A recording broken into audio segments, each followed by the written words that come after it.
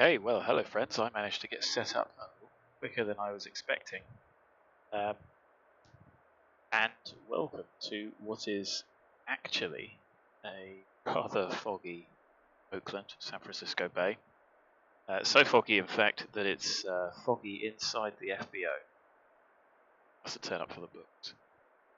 Anyway, let's head out to the jet. And after excellent frame rating, I'm now back down to about 30, which is less than ideal. And I wonder if this pilot is playing up a little bit. It's certainly flickering on my other monitor. That is what has been causing issues. I can kill it if need be and we just won't fly online. We're not going to be getting any ATC anyway. So, welcome to Hot Start it's Flight Support. vital. How can we help you today? Hi Jenny. So, we are looking for November 604 Papa Sierra. It's actually going to be 1/2 past, but call it 16:20, seeing as we can only do an hour. It does worry me that X-Pilot is flickering out like that. We're going to have 3 packs, 7 crew. We're going to need some fuel. We'll take the GPU as well because we're going to be sat on the pan for a while. Shouldn't need de-ice or a tow. I need a tow to the runway. Of course, Captain. I'll get that organized for you right away. So I'm actually going to is kill X-Pilot.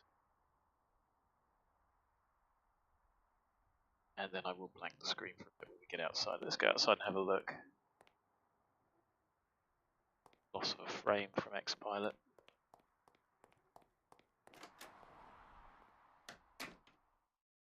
Well, here we are, where we left the jet, over here by the hangar, exactly the same spot. Bit of a worry. How's the frame rate looking? Well, currently CPU and GPU are sort of tied. Mid-30s, 40s over here.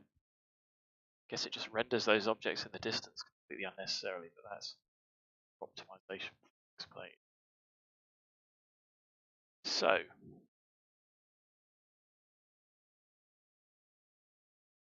let me think how I'm going to do this.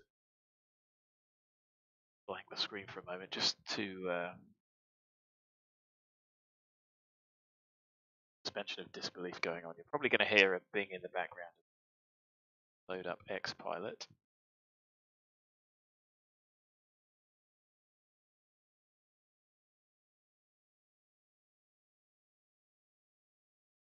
That's interesting. OBS is now flickering. Something is unhappy with PC. But the frame rates seem okay. I could drop this down a bit so it didn't show. Really distracting. That's a G issue.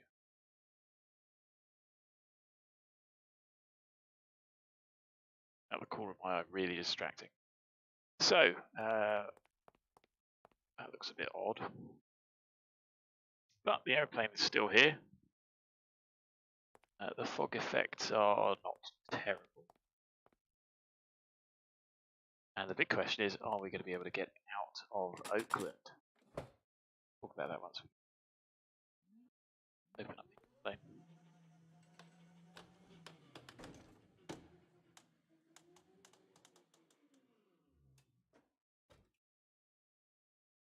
So, we are hoping to go to Telluride, which, if you think back, that was that flash. Sorry about that. It's answer. I need to pick what I want. Yeah, we are off to Telluride, and for those of you of FSX ilk, no, it might have even been before then. Might have been FS 2020. Telluride landing, I think, was a thing. And I think due to the sort of relatively poor quality scenery, I didn't appreciate just how cool it should be. And hopefully you will get that opportunity to do so. So I am going to connect VATSIM. One thing I haven't done is file that flight plan, so just quickly do that now.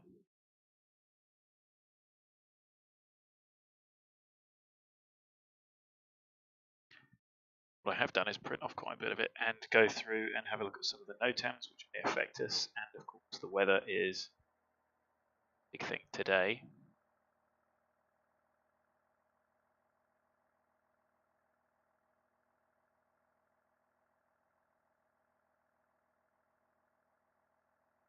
So 16:30 off blocks is in an hour.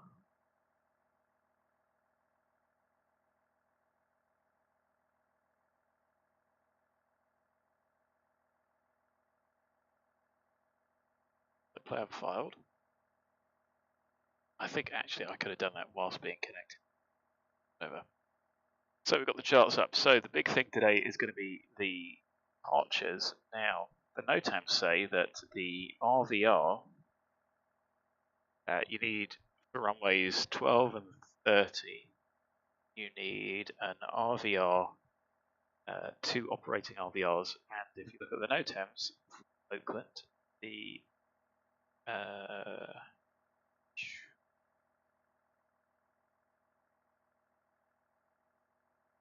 sure I did see somewhere, RVR all US. So that's going to make an impact on operations, because adequate visual reference means we need a quarter-mile visibility, adequate visual reference, runway lights, etc.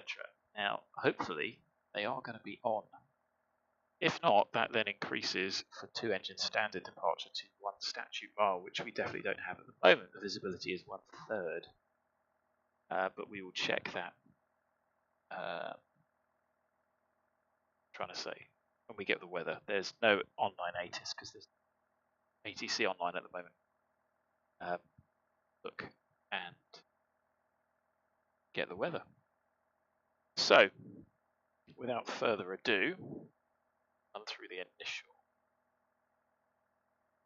the checks. So, fuel guy's going to be here in a minute. Keep him waiting, aren't I? Circuit breakers all appear to be in. Soon know if it pops out or if we accidentally pick one out. Overhead switches, if we have a ground powers available, and everything else looks normal. No steer, off with my hardware, landing gear lever down on my hardware, light spoiler lever. There we go, we see it stowed, flaps up, Gear manual release is stowed, as is the ADG manual release down here. Clamp test off of that. Works. Check the menu here, and you can see APU battery cure. Logbook we can't do, safety equipment can't check, and the external we will round once we've done the door. Pin out. So, battery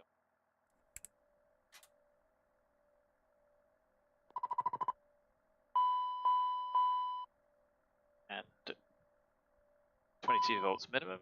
You guys might see that, but it is there. I do have these maps so I can run through using buttons. See all of those. Box the CAS. Happy days. There we go. So cancel the option. We can do the FireX monitor quickly. 1, 2, 1, 2, 4 green. As is the APU. Not going to turn the APU on. Take AC power. U-gen not required. Should have done was put the nav lights on first. There's no logo. Actually, it's our reg on the back, isn't it? So let's knock that up as well. So DC electrics, we have TRU's rating, 28 volts. Batteries are charging, and the AC ground power in green, 115 volts for 1 hertz. Buses are, well, bus 1, bus 2, an essential bus.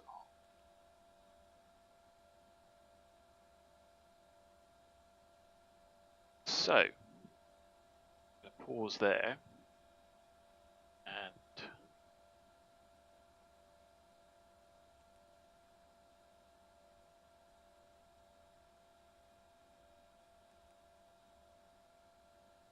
look at the fuel. So the fuel is still increasing.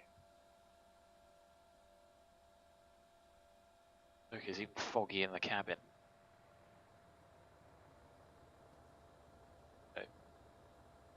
No. So, on in pounds. Lamp test. Those will shut off. Yes, they are. Very difficult to see. I think I can hear the fuel truck driving up. There it is. So, our block fuel today is made up of an hour and a half trip fuel, 3.5 not tons, it's 3,500 pounds. 5-minute contingency. Where is our alternate? Colorado Springs, I think. I will double check, of course. Final reserve 45 minutes, I think, is the standard IFR minimum in the States.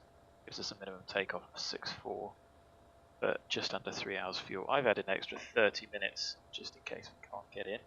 Need a couple of goes at the approach. Giving us a takeoff fuel of 7.520, but our minimum is 6.4. Block fuel 225 for taxi, and maybe a little bit of holding is 7.795. So we'll get the passengers here. All right, Captain. Fuel truck is hooked up. Just let me know how much fuel you need. Or would you like to go tanks full today? Well, we don't need to go tanks full. The density is 6.793. Not sure if you guys can see that. I think the fuel has settled down at 3.140. So 7.795. Take away 3.140 gives us fuel required of 655, scribbling on the front of the OFP. Divide that by the density, which is 6.793. Gives us 685.26.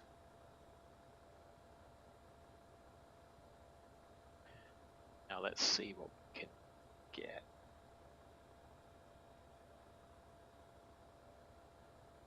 So we'll round up to 690.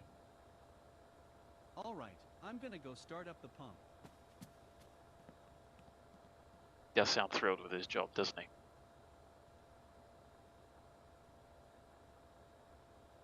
So, we're back up here. One day I will secure the panel. I'm going to open these and they will stay open.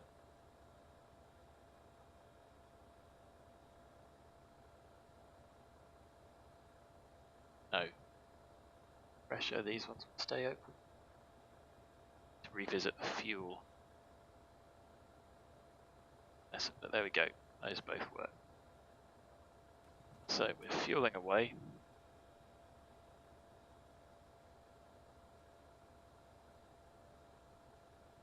Flight compartment checklist. AC and DC electrics. Okay, we've checked those. Nav lights, logo light. Both on. Cockpit lights. I think the cockpit lights are all right. I can certainly see. Lamp test. The lamp test. At least try to.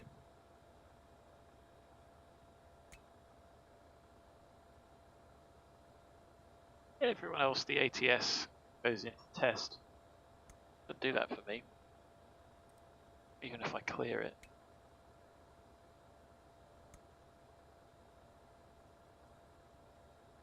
Duct monitor.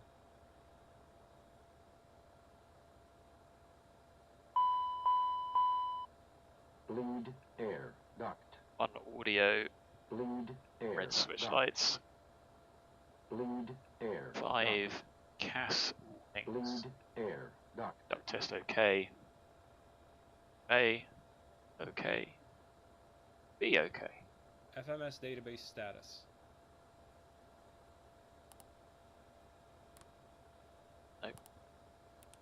This, shall we? It is correct. I know people say recycle it.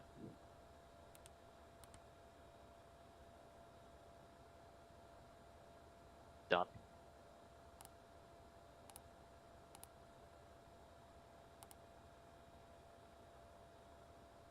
FMS Flight Plan uplink. HOTAS. So, get our flight plan. There's not a lot to type in. Get that on the way. And data link, let's set the weathers up.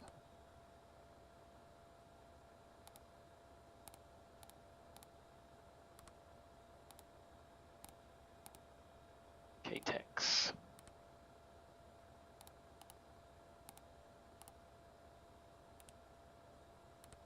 Send those along. Downloaded flight plan.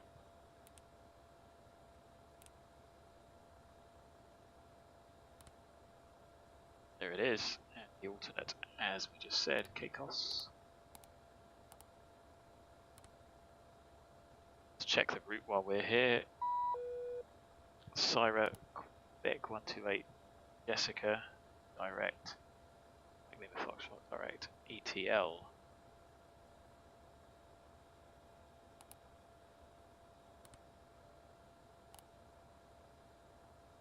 And let's have a look at the weather while we're here.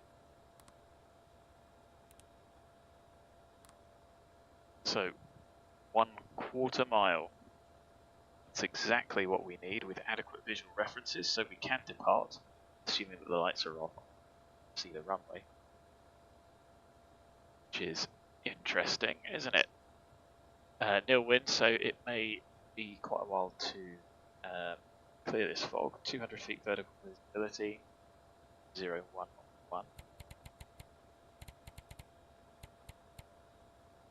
And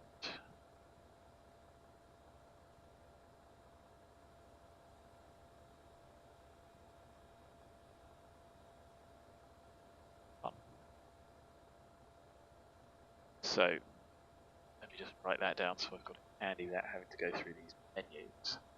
This is 14.3 Zulu.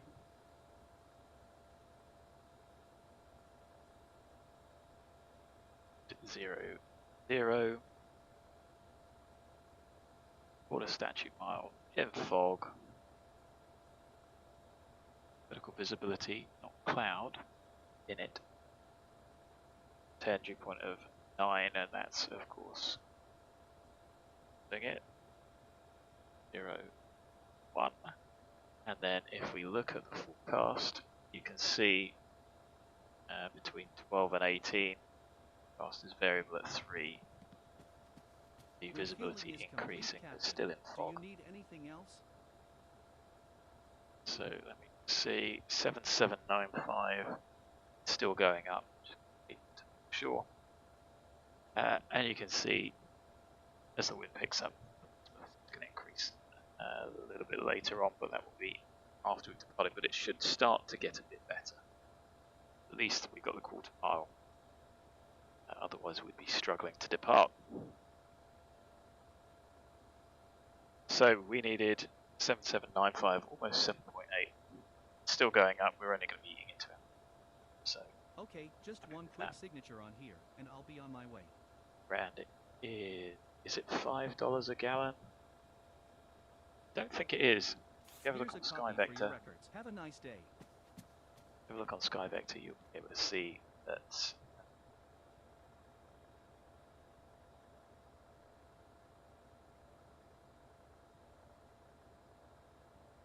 they have an FBO fuel price table. So, flight plan uplink, ATIS, Anti-skid. Test. Just okay. Nose door. So, nose door clear. Then check outside. Can't open these cabin windows. These cockpits can't even shout outside. Hydraulic 3A pump. So, hydraulics at all 15 degrees. 66 and 73%. Okay, on.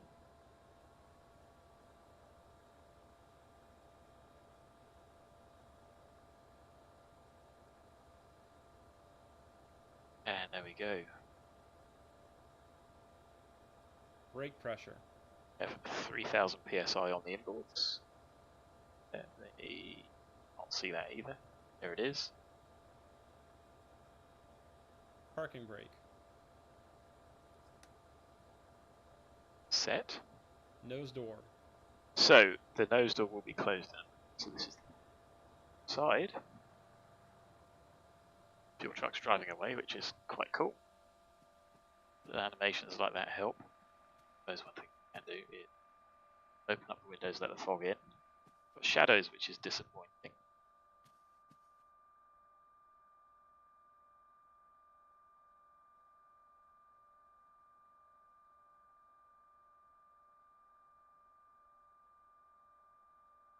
So, I like to think that the cabin will be taken care of. Look at this fog though. So what I am going to do is pop that and that out. Nose gear chocked, just because that saves time. See the pin caught in the door there.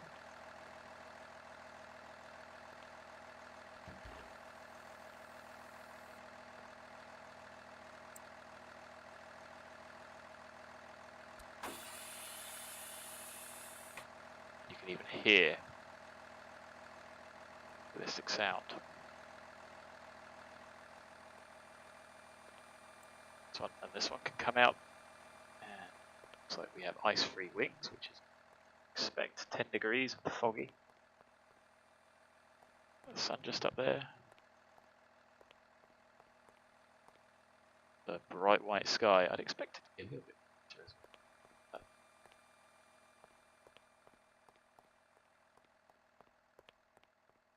Now that's interesting. That's just the strobe light then, because it's at the top.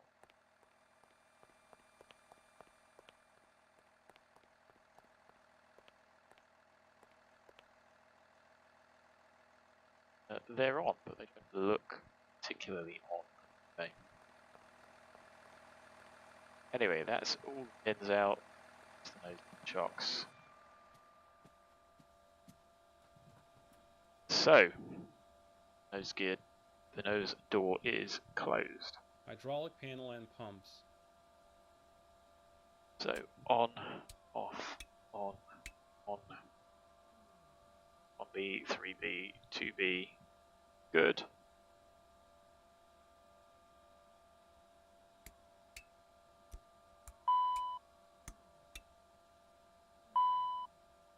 Good, 2 cautions. Electric panel. So Gen 1, Gen 2 are off. AC DC utility switch. It's on, Start ignition panel. checked. Fuel panel.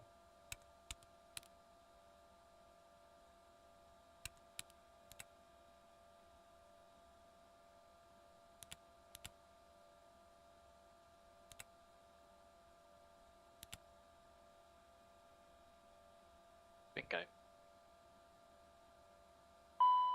Go, checked. APU LCV. Not required yet. 10th stage isolation valve. Same for that. Packs. They will come on, but they're off at the moment. Air conditioning panel. So, set to the cabin, temperature as you like, ram it, guarded. Pressurization panel. So, 0 differential pressure we have, and centered, rate all the way around. Press comped in, manual enunciated, out, light illuminates. Our landing field elevation is something like 9,000. 2070.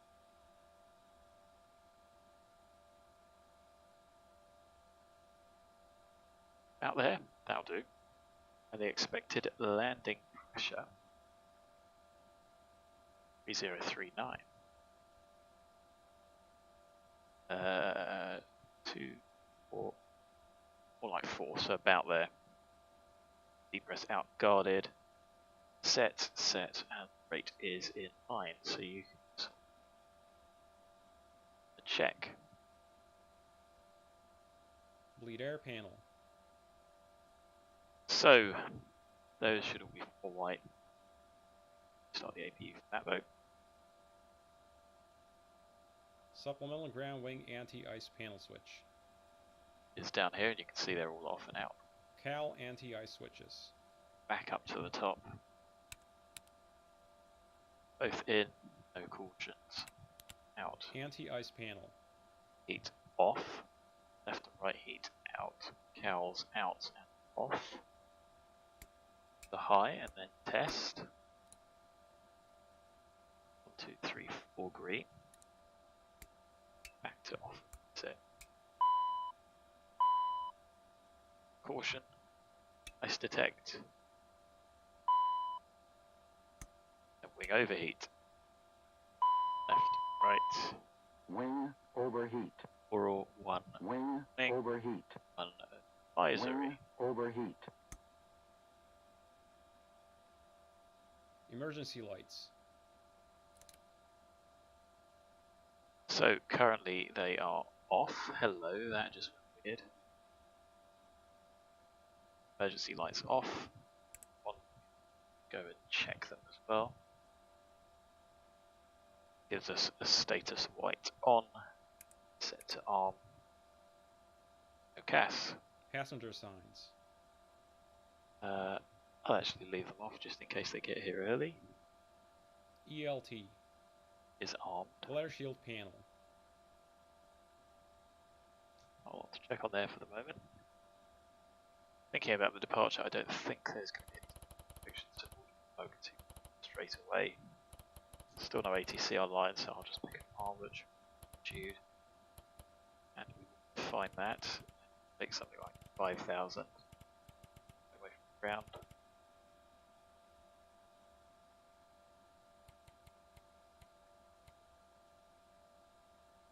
Crew and passenger oxygen.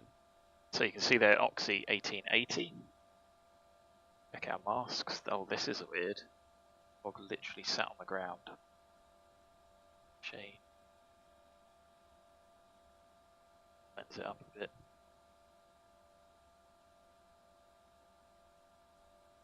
DCU warning panel. Is over here. Out. Extinguished, guarded. CVR.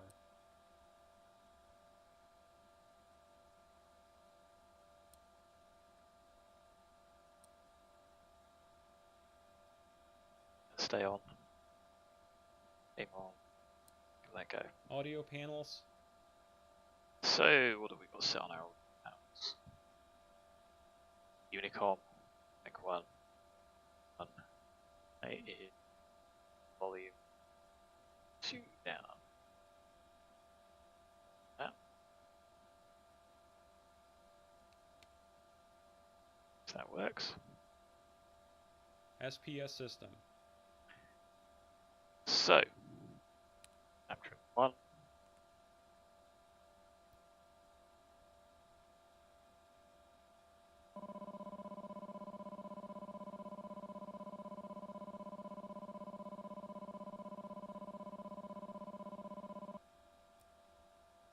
And Storm Protects is on both. See it there. Flight controls displayed, snapshot disconnect, and SPS still fail. Mission A and B. Stick shakers in the yellow region, yes. Push. Back.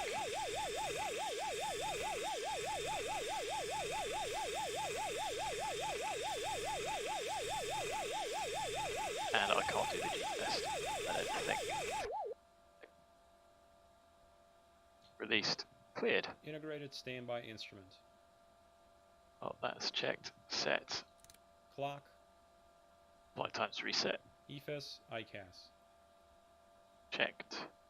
Main landing gear bay overheat.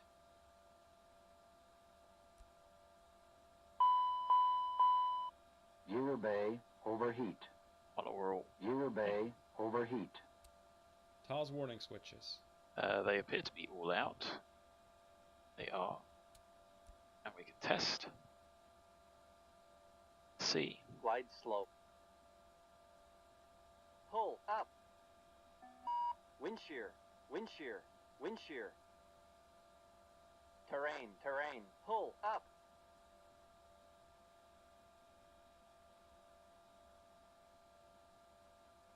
So, guess that turns on the terrain radar.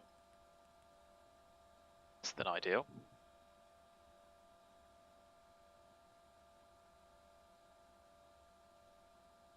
Pitch and roll disconnects. They are both stowed. Ground spoilers. So, Thrust reversers.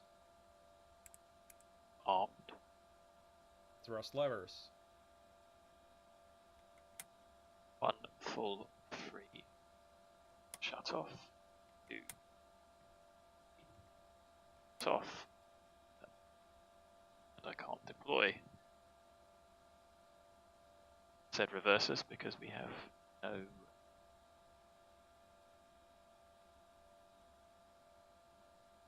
stage. Engine speed switches. Both on. Engine vibration check. You see the vibration 3.5 enunciated. Oral warning.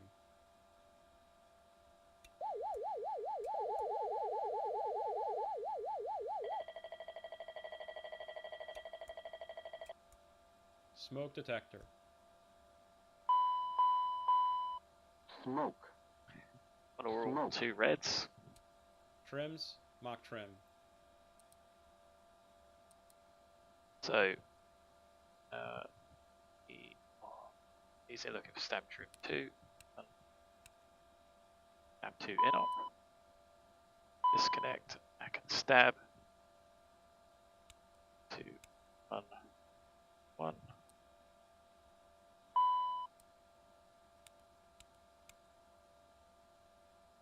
In, no cautions. Check for full movement and then reset for takeoff. So we're going to be a little bit heavier today. An aft CG. So let's try about 5.6. A little bit of guesswork until we get the ability to calculate them. Yacht ampers. On, no caution. Reversionary inhibit switches. So all normal and the tunes are out. IRS. Go from here, no, go here.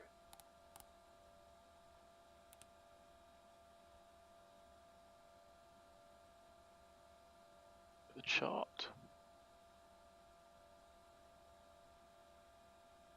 So the aerodrome reference point, which is sort of in the middle of the aerodrome.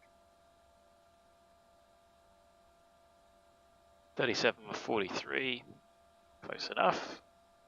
We are expecting a bit higher because we are further north and a little bit further east, but it's west 12213. Close enough. See, look, they're all in nav. CPDLC. Can't do yet. TCAS. And we can do.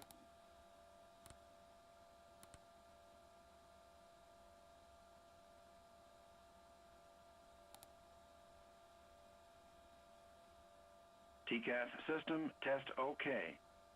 ATIS and clearance. Can't do either of those. FMS flight plan. Wind update. Perf. So let's do all the rest of what we do. So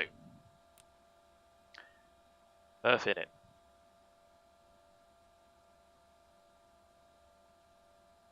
Have 7790, £5 less. Number 5. Odd.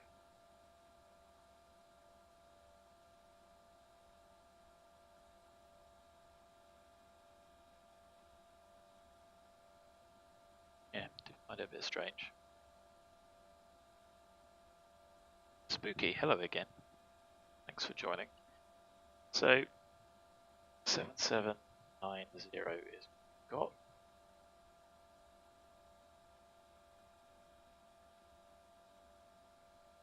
Scribbling that down on the OFP.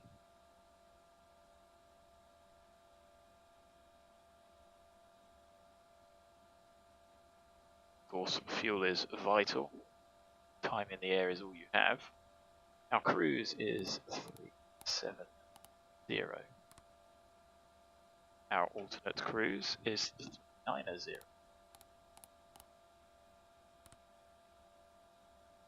And Takeoff is our destination alternate. I had a off alternates and could be wrong. Maybe I am.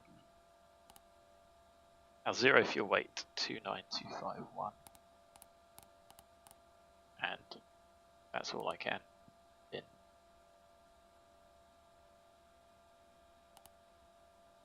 And we can clear that.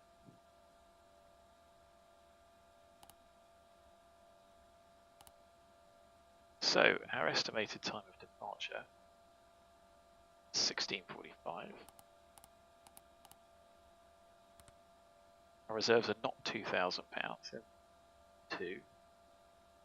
I've got an extra 30 minutes on top of that, which is another 1158. So I'm happy to get to that point.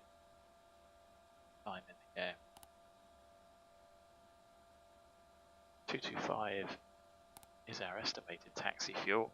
We are going to go 30. Might as well do it properly. So let's put 225 in as per the OFP. Go to 20 because I don't think we're going to. So en route 1 hour 38, arriving 080. Look at the OFP. Yeah, estimated fuel on board £4,000. So that all adds up. DNAV 100.78 as usual. Going to be doing 2. And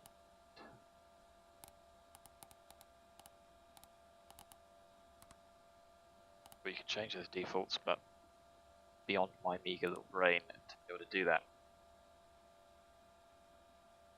So what I do need to do now, mint.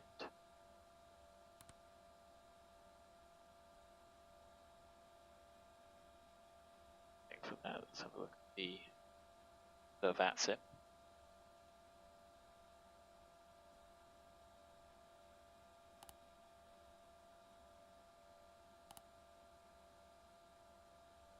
So, seeing as the weather just changed, get the weather again. The other NOTAM is that the localizer at Telluride is US, as are the PAPIs from 1700 today until 2000. So the localizer 17 till 21 today. So we're not going to use that. Of course, we can't not use the PAPIs because there's no way to disable those without going into the scenery. Oh, that's interesting. 53, we've gone down to 1/8, which doesn't appear to be what we're seeing out the window. Now, 1/8 would include a departure.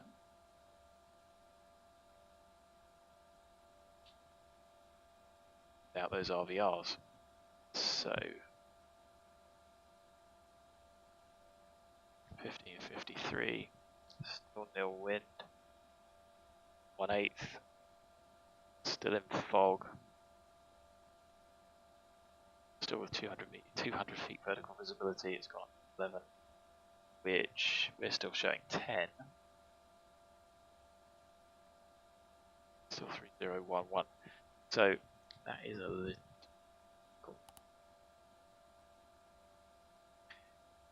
So, flight plan, yes. Wind update, yes. Earth, yes. We just haven't done takeoff data yet, which is next. Takeoff data.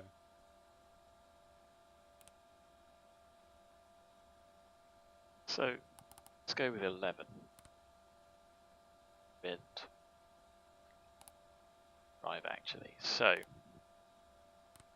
V0, Hush 2, and then going to SYRAH for the arrival. And ETL and then direct. So what I've got loaded up is the Honor Zulu. I'll use the lock. That's interesting, and on a mic that I don't see.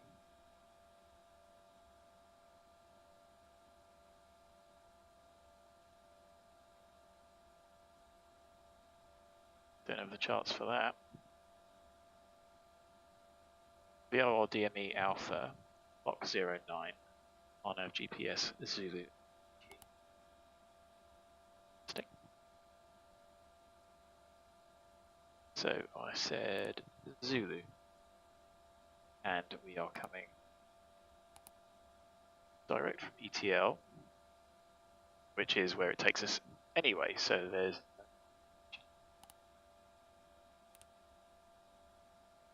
so departure wise, Hush, so it's 520, then direct Hush, right, that's above 8, TAM,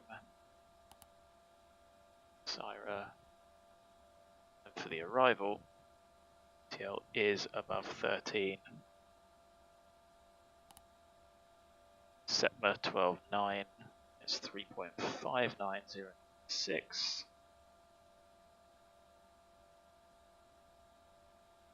60 yes. 59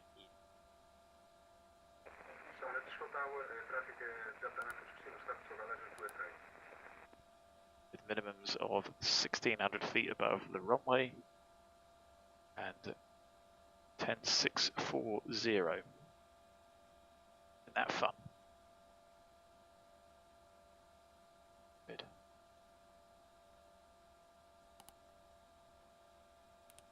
So back to the takeoff. Runway 30, nil wind. It is a very long runway. I don't think I've got section information. 30.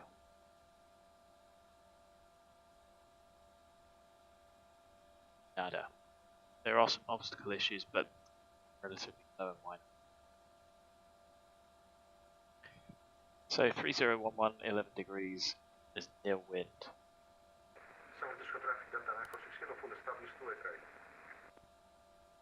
And that's our takeoff weight. Put in slightly higher, but engine bleed. Much difference because we're really not at the limit of anything. Descent.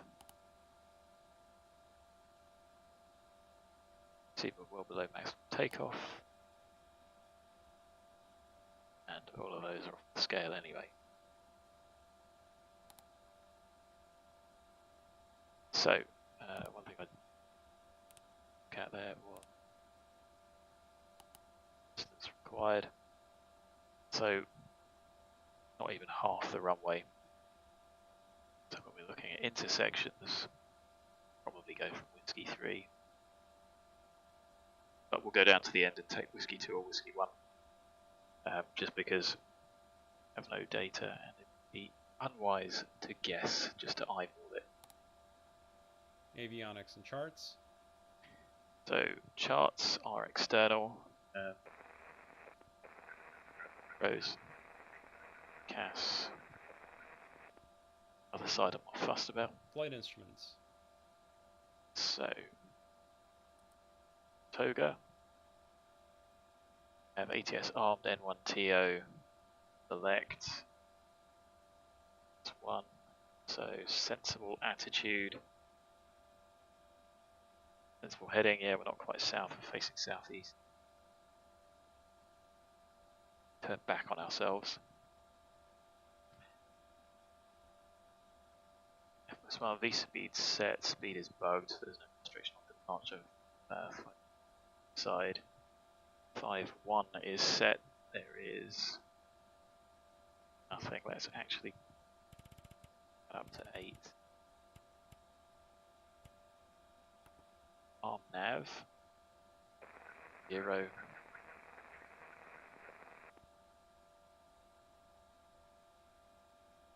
Oh, I can shut up. Initial climb. Top altitude is 10. Hello, Captain. It's Jenny from Hot Start Flight Support. Your passengers have arrived. Shall I have them brought to the plane? Understood. Just call me when you're ready to receive them. Anything else? Nope, that's it, thanks. Always a pleasure. Take care. So we will be ready soon. Coming to the end of our departure checklist. So, logical check down here. Nav is now armed. Select. Going to be using flight level change, vertical speed, or pitch. We're not going to be using BS because it's at or above. 520 left turn. Check that, and the end 89% set. Departure briefing. There we go. There's the fog coming back in. We discussed our departure brief. Straight ahead.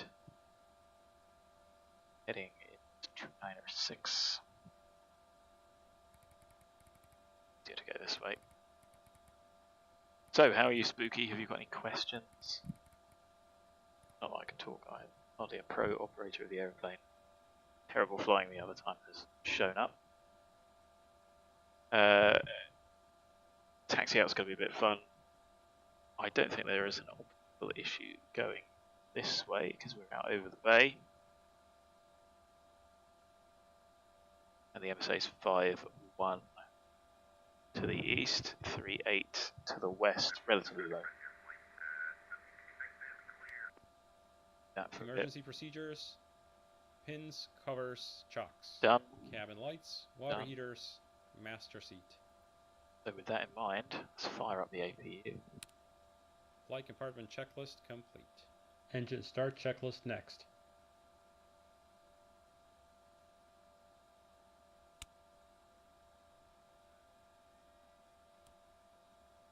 So there we go, timer set. Get the cabin warmed up. It's 13 degrees. Not cold, I suppose it's just the same as outside. Keep having an eye on the window, so weather. So let's go. Idiot. Data link. West.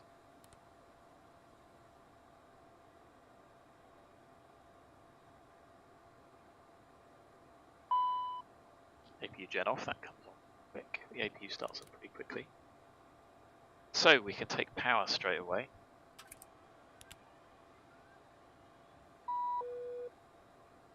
And we can just go around to power out.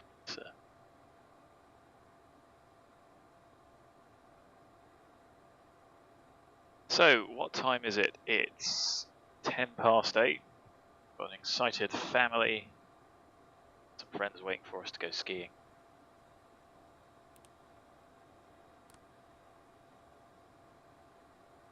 And may end up just sitting, waiting to go.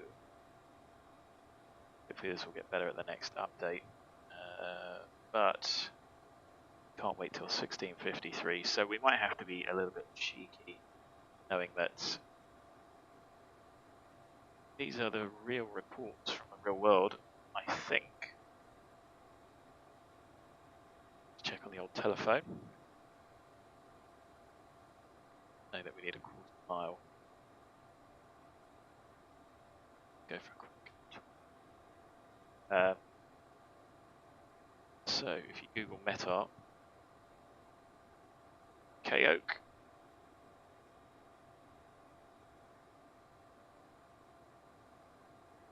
Aviationweather.gov. I like all METSAT. They're usually the top hit, not this time. Our visibility 125 miles. That's annoying. 8th at 15:53. I hope they'll do another one because that is definitely going to be including departures with no RVRs. And of course, if they had RVRs, they would be stating it. I'll see how long we wait. Happy to treat it relatively realistically. We've had 2 minutes, so open. Get the old cabin warming up.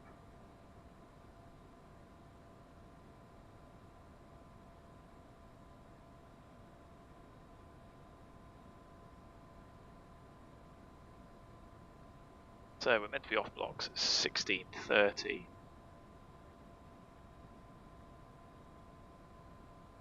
Engine start checklist. Doors. So we will do that in a moment. Says the cabin temp is 24 degrees. Let's do that quick. Breakfast on the aeroplane. Hot start flight support. Jenny speaking. How can we help? Hi Jenny, please bring the passengers out. We're ready. Understood. They'll be there in a couple of minutes. Anything else? No, thank you. Always a pleasure. Take care. So what's the difference between 1 and 2? What do you reckon? I think be a little bit more realistic, being a bit brighter. Several different performance, jaggies. So we'll wait for Pax, get the door shut. I'll go for a quick toilet break. Get going on our way.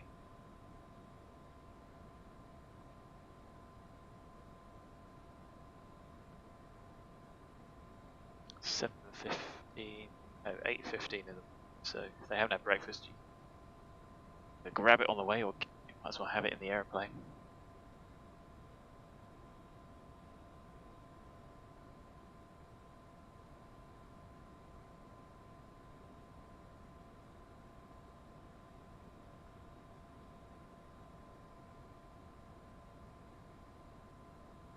So, like I said, we are going to taxi all the way down 30, bit of a long taxi, go down to the ends of 28 right, cross over both, follow Bravo all the way down to the end, and then go left on Whiskey. Shouldn't really be able to go wrong. Just turn left, but we're going to do a right and a left, follow the taxiway all the way down into the end, just cross underneath.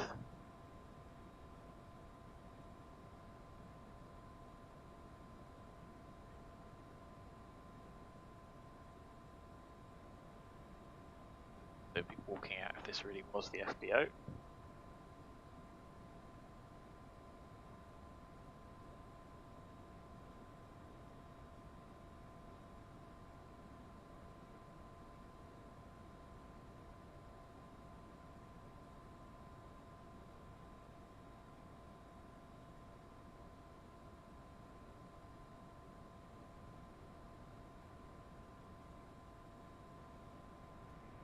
Foggy inside and terrible. Oh, hello. There goes the frame rate going down the toilet, looking at the van again. So it didn't do that when Toto was on. Uh-oh. It was just...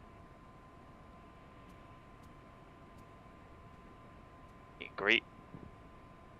Glass of champagne on arrival.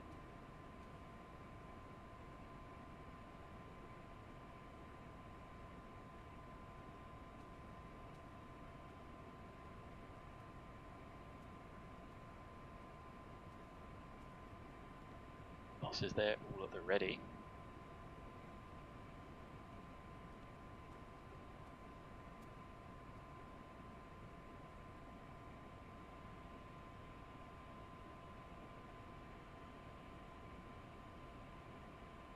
Hello, Captain. How are you today?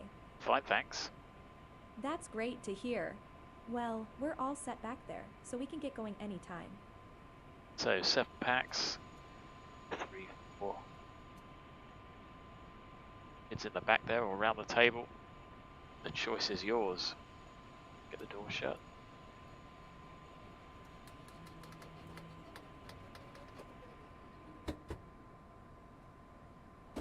Closed. Parking brake and pressure. Checked and set. Fuel quantity and balance. So I'm going to leave it there. I'm just going to go for a quick toilet break, just in case we do hold for a little bit longer, waiting for the weather to improve. I don't think it will, because we'll get an update for at least another sort of half an hour, and then it's to film through. But back in a second.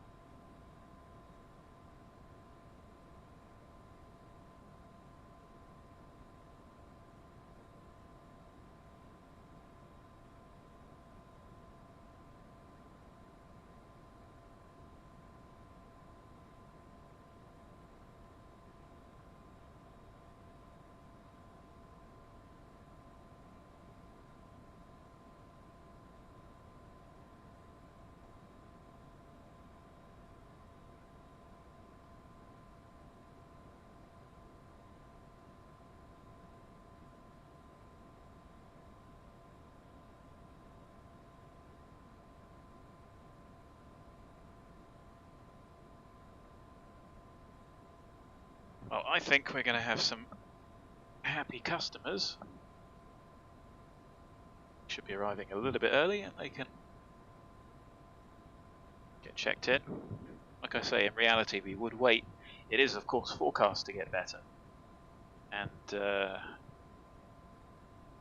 let's have a look on flight radar and see if they're actually operating arches or if they're being held. I would expect them to be held, as they've rapidly fixed their glitch. Anyway, we've got £30 difference. Beacon.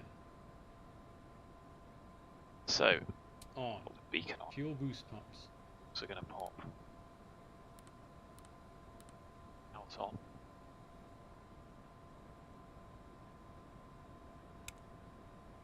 On. Ignition. So, it's, my watch is wrong, it's not the 30th. I don't even know what day it is. 2nd. Go Bravo.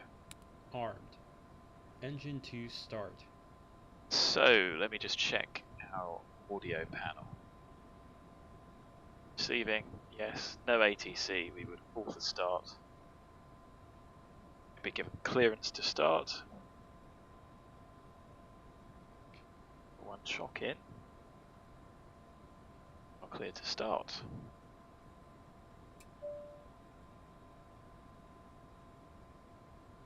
So we'll start engine at number 2.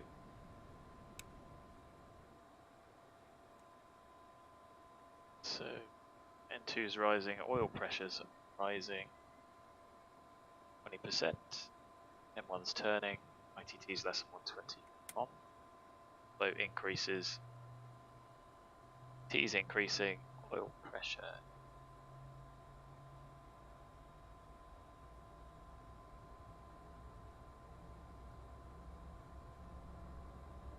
Fuel system.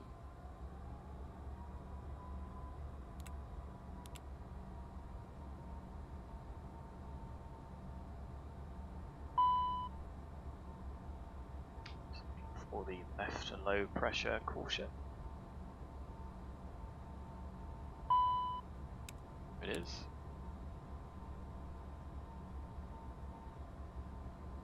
Engine 1 start.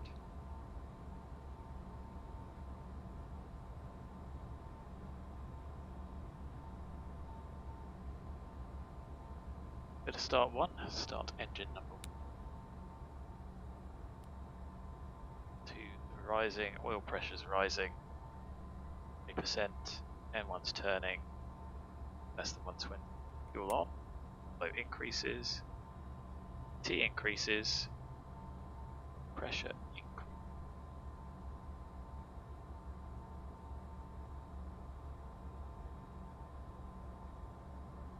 Engine start checklist complete. After start checklist, next. After start checklist. Generator 1 and 2. So both available, not being used. On, checked AC and DC.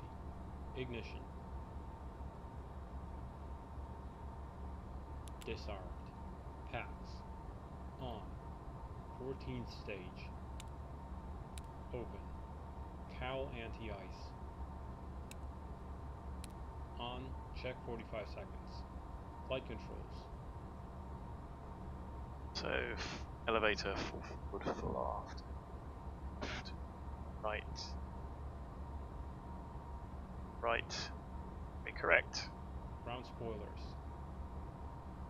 And it's down here. So we go from auto to disarm there.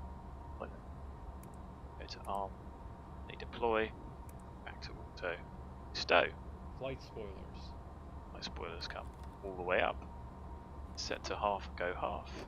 Get stowed. Stowed. Cowl anti-ice. Is on. Supplemental ground wing anti-ice. Test on. Fuel balance. Is £60. Trims. He's checked, set.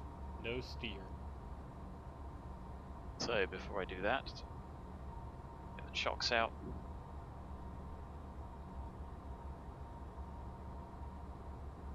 And you say, why would you have the chocks and the parking? Oh, belt braces, just in case. Start it up and you know the brake's holding. Armed. APR. Check 1. APR's enunciated and green. 2. 1, 2, okay. ADG unit.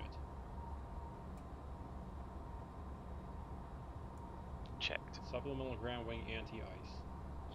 Not on yet.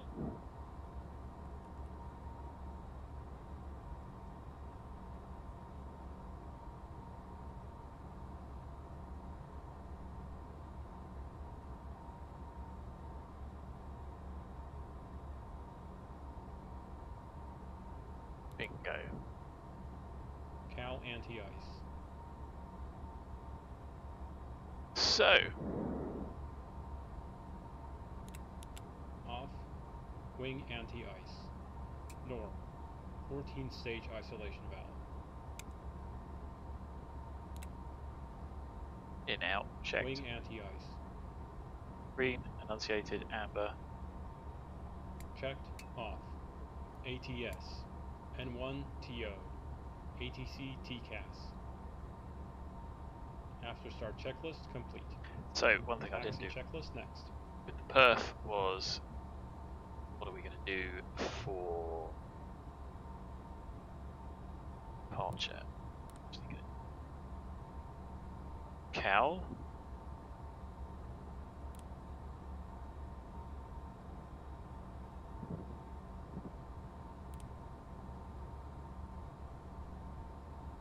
It's FMS. Do I need to do those on both sides?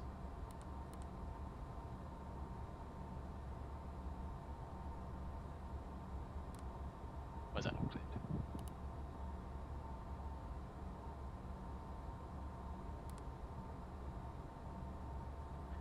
A7.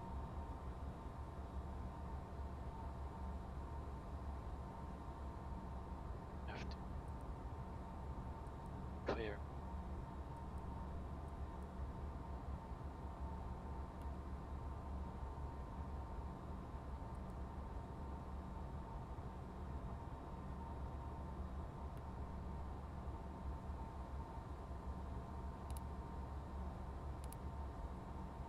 Am I just being dense? gradually not coming.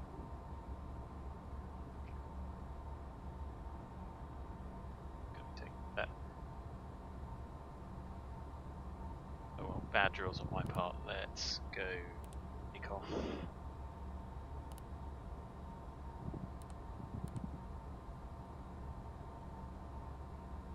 And still not clear it. Can I?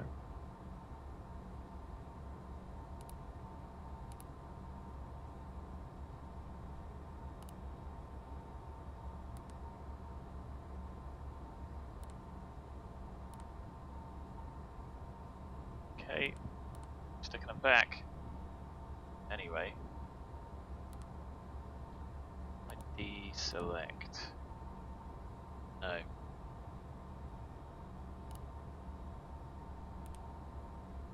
Oh well, we're going to have ample.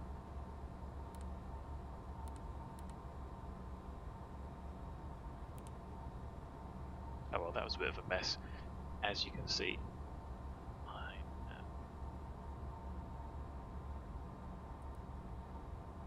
Yo. Taxi checklist. Taxi lights. On. Wing and cowl anti-ice. So, we're going to have cowl on.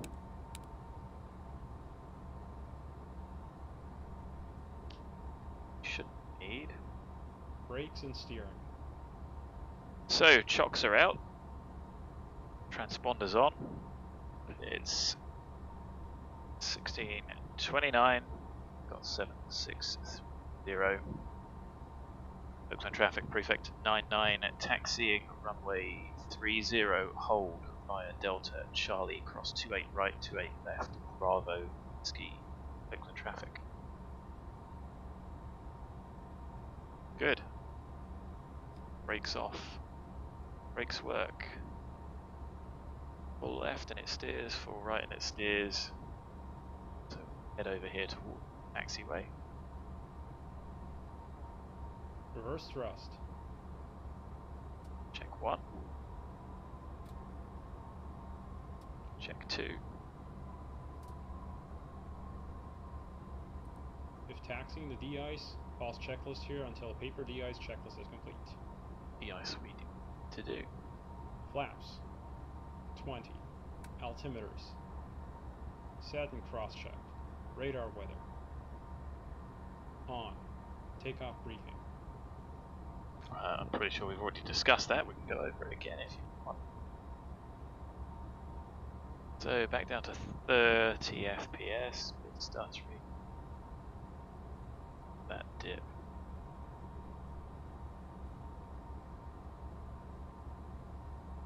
Some really weird stutters.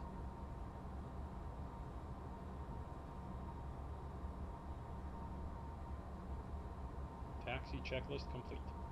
Before takeoff checklist next. CPU again. Yeah, it's X-Pilot. We had such a nice flight the other day.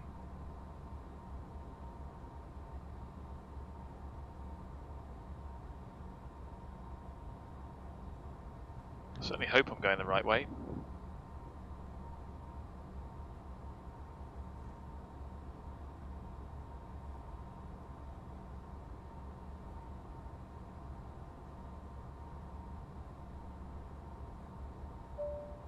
Ladies and gentlemen, if we may please have your attention. Your flight crew would like to welcome you aboard this Challenger 650 for your flight today. We would like to see the signs. To review the safety features of this Challenger 650 aircraft.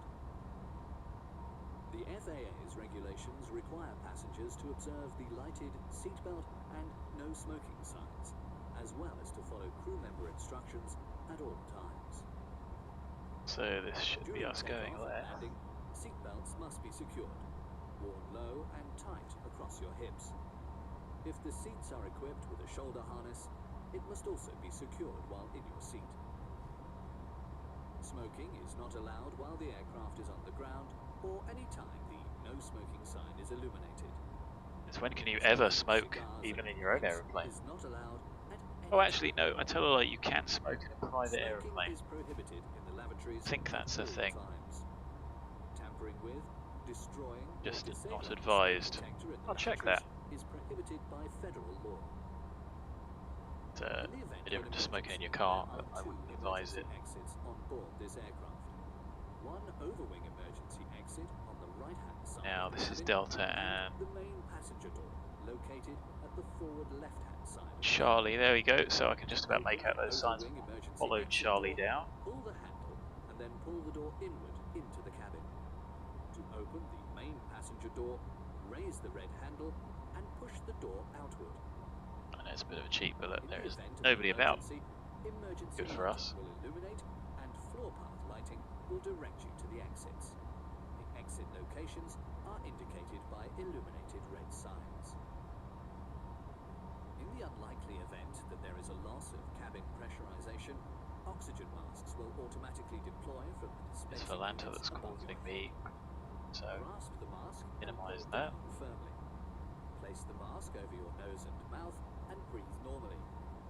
Although the bag may not inflate, No, something. oxygen is flowing to the mask. Those CPU To spikes. adjust the mask, pull the straps on the sides. It's just infuriating. My Put your PC own is mask clearly on not a before potato. assisting children or Behaves persons like a who need potato assistance. in X-Plane. Please note that smoking is not allowed when oxygen is in use. There are two fire extinguishers on board, located at both the forward and aft of the aircraft. Please consult the passenger briefing cards for the location and operation of the fire So extinguishers. Be hoping that advised was to review Echo. the passenger briefing cards for all other safety information regarding this aircraft. It All was. personal So it's the carry-on next right items for should us. be secured for takeoff and landing. Seatbelts must be worn during taxi, And it shouldn't takeoff, matter. and at any time when the TARA seatbelt on. sign is illuminated. To fasten the seatbelt, Should go into place ground the mode. flat metal plate into the buckle. If equipped with a shoulder harness, secure the tab to the buckle. To tighten, pull the tab, and to remove, lift the buckle up. During taxi, takeoff, and landing, seats must be placed in their takeoff and landing position, with seat backs in an upright position. Aft-facing seats must have their headrests fully extended, and if equipped, their headrests filler cushions must be in place. All storage compartments and tables must be stowed for taxi, takeoff, and landing. The use of portable electronic devices is not permitted during taxi, takeoff, and landing. Once the aircraft Sure that takes that's off, necessarily a the thing crew anymore, will is it? inform you when and which types of portable electronic devices are permitted to be used. Oakland traffic, prefect 99, Now that we've crossing gone over the runways safety 28 instructions, left, please sit 28 back right, and enjoy Bravo, your flight. Oakland traffic. If there are any questions, please do not hesitate to ask your flight crew.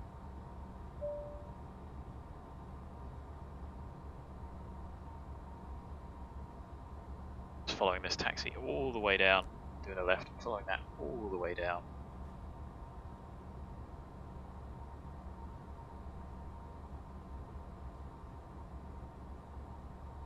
Yeah, have we got visual references? No, not really. Just about.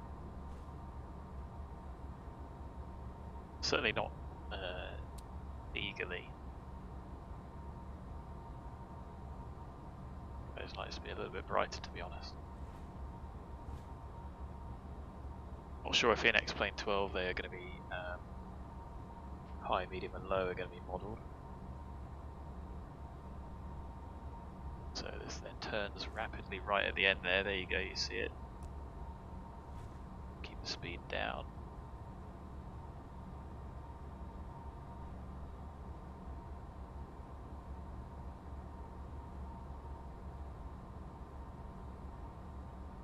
Wait till we've crossed.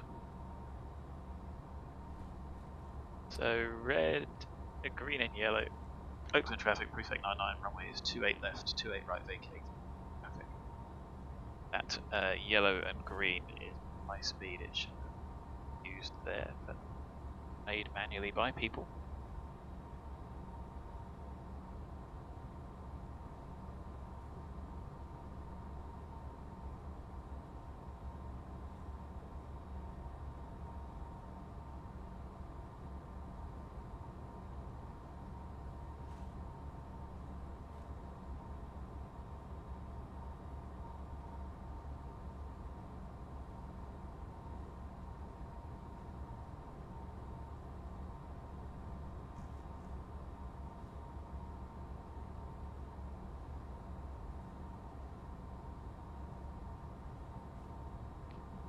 long old taxi. Now we want to follow this round to the left, middle of the three. Geo-reference charts here.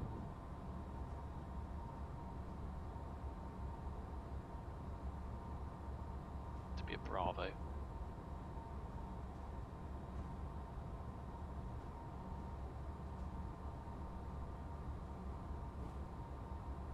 Not meeting anybody head on with no controllers.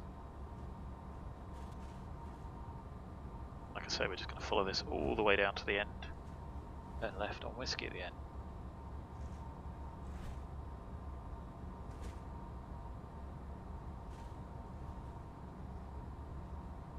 This is all idle, haven't touched the throttle.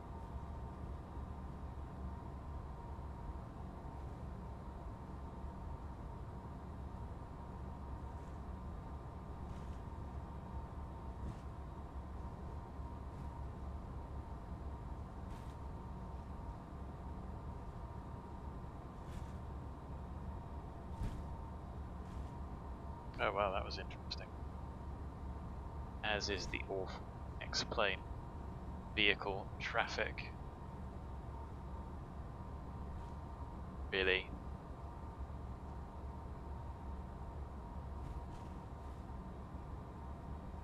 Not sure if that's any better or any worse.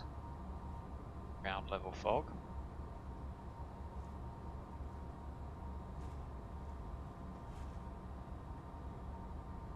Quite happy in my ignorance, working very hard to figure out where we were.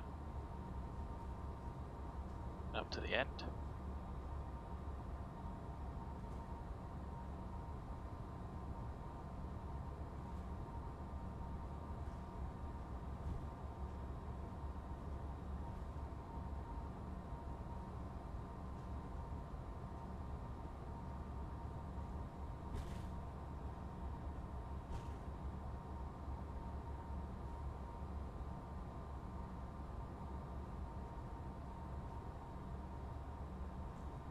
So I think we'll sit at Whiskey 2 just in case it turns up.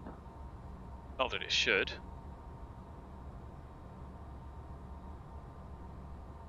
But that does at least allow them full length certainly for us.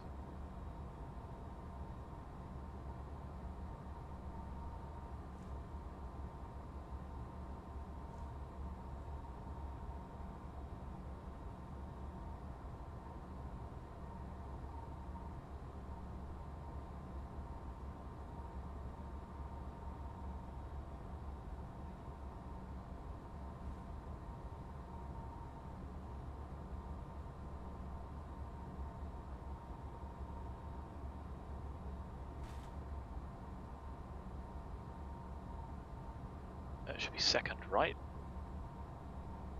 Be a high speed exit on our right, there should be a no entry.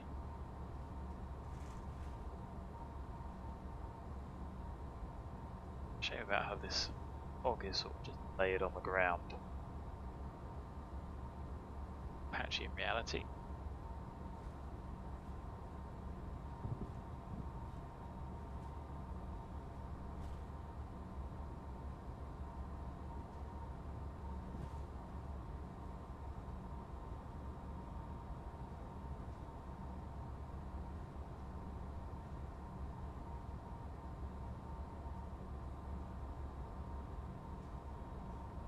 So the weather hasn't changed.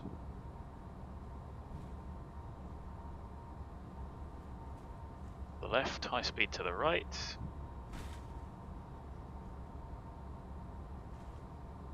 Just the depiction.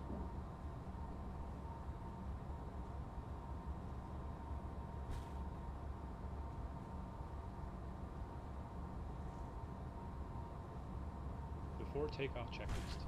Passenger signs. Advised on. Anti-collision light. On. Pros. On. Windshield heat. On. Wing and cowl anti-ice. You'll have cowl. Continuous ignition. On. ATC TCAS. TARA.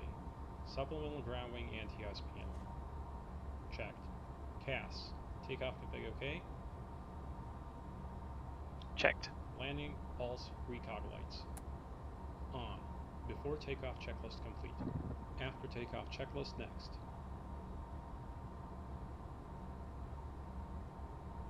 Oakland traffic prefect 99 lining up, taking off runway 30 hush 2 on after departure. Oakland traffic. Report signage. Nothing seen, nothing heard. People can't be bothered to call up. They can do one.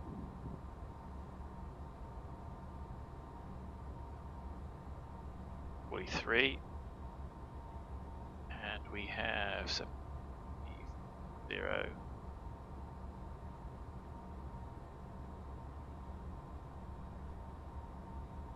Go.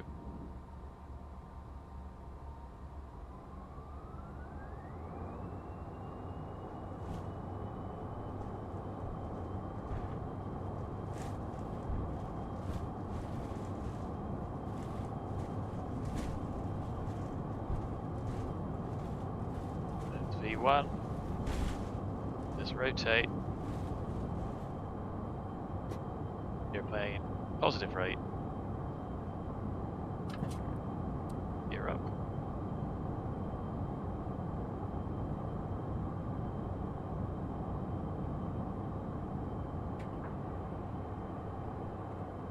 .520. So it's a left turn, direct hush.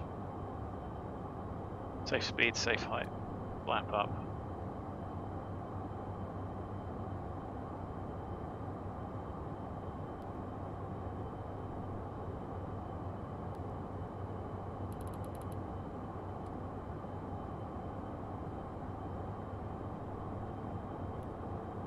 So LNAV AP flight level change. Well above the climb rate required. So let's lower that down. Speed the aeroplane up.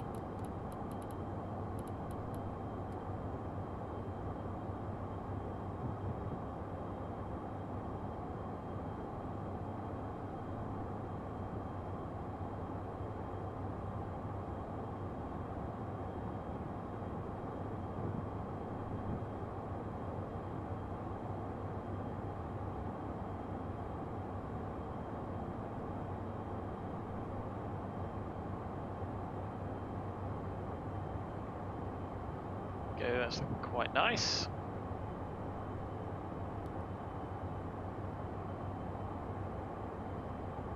After takeoff checklist. Landing gear. Up. Flaps. 0. Thruster resource. Off. Ignition.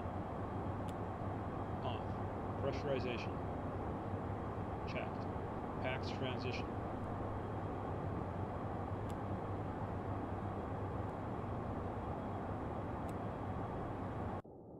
Completed. N1. Climb set. Off. APU. Shutdown. Passenger signs.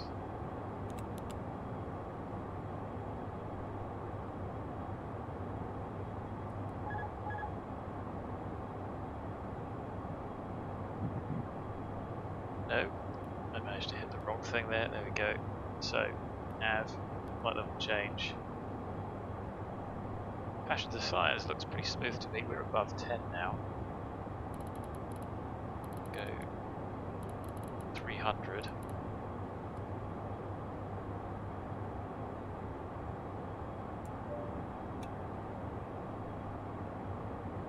Oh, maybe it would have been wise to wait until after the turn.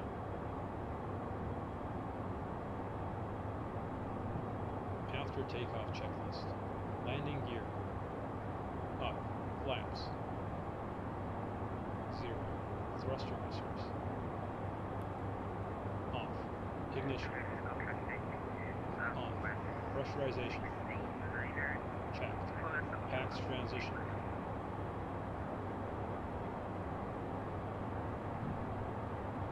So you should have done all that. Completed. N1. Climb set. APU generator. There we go. Off. APU. Shutdown. Passenger signs.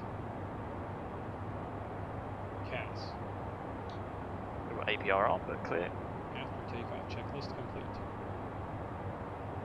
And what's this? 062.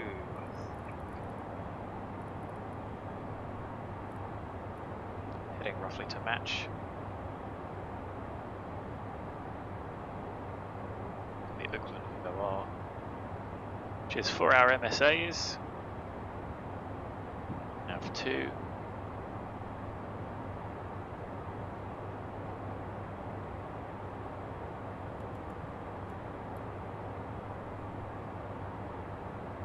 So we took off 4-3.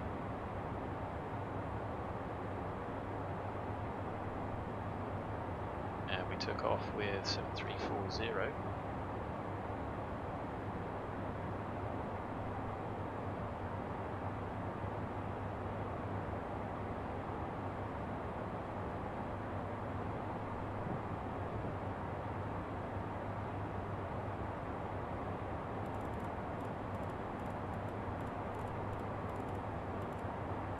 No ATC, so we'll self-clear up to 37. And final cruise.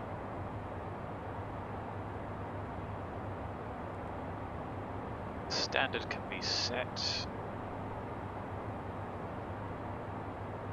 Go. Hello, don't want to end up in there. And it's a bit of a longer flight, so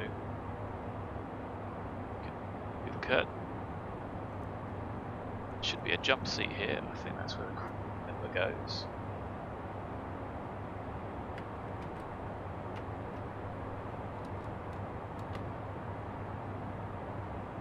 There we go.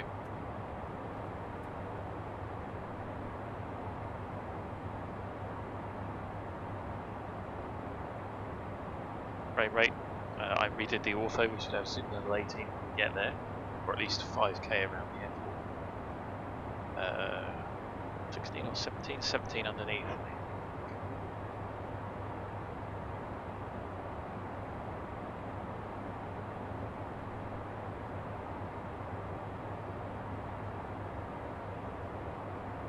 So, why is the airplane swinging around? It's because you can see there that the wind is ever so slightly variable. It's not really just X-plane. Smooth that out.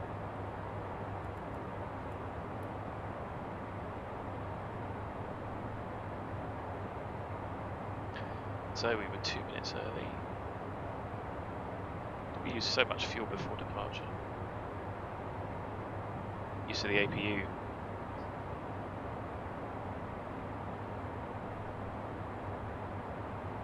So we started off with 7790,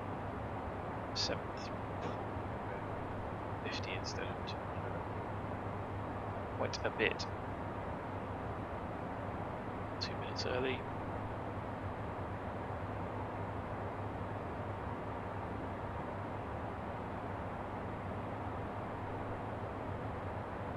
From now, 5.5, 5.6, so we've lost a minute, but we're still early. Good thing we started a bit early. So cabin is pressurizing. I think you guys can see that.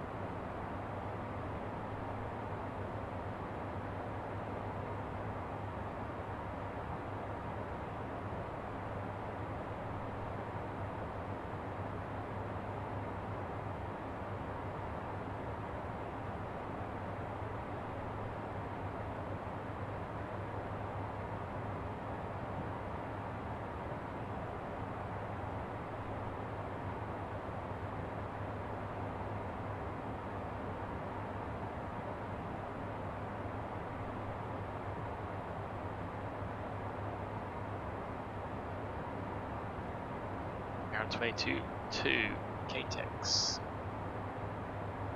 So, as I put in the description, it's the highest airport that has scheduled services. I imagine there's going to be many scheduled services in between.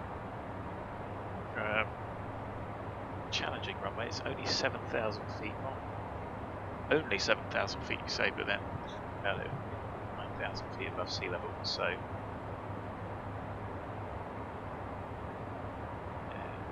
interesting gradients. Recommend land 9er and take off 27 and avoid populated areas. 1,000-foot Mesa, strong turbulence, rising terrain everywhere. Fun, isn't it? Landing beyond the threshold 6911 on each runway.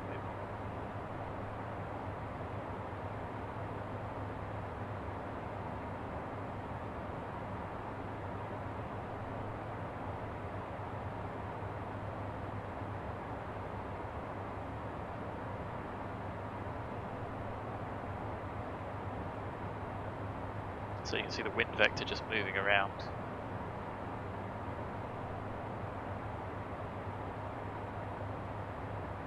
Ground speed gradually increasing.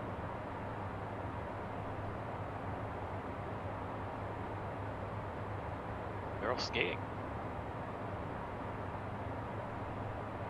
So if anyone is watching, was it FS 2020 for Telluride landing? Oh, phone.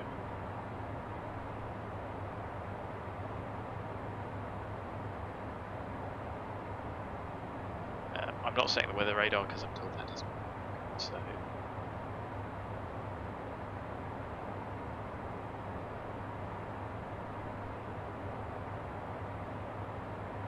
FSX. So we'll swap to 7-8 climb.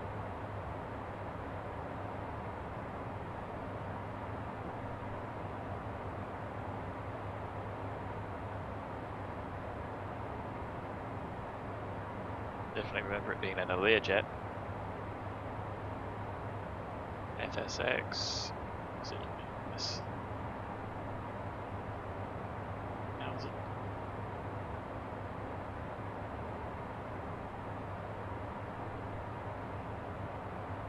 Maybe it wasn't. Anyway, passing 300.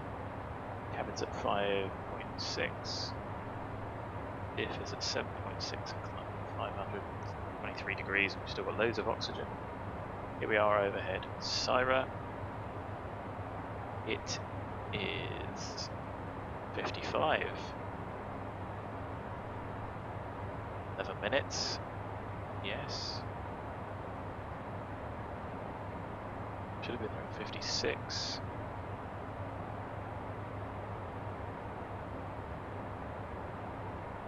And 6410.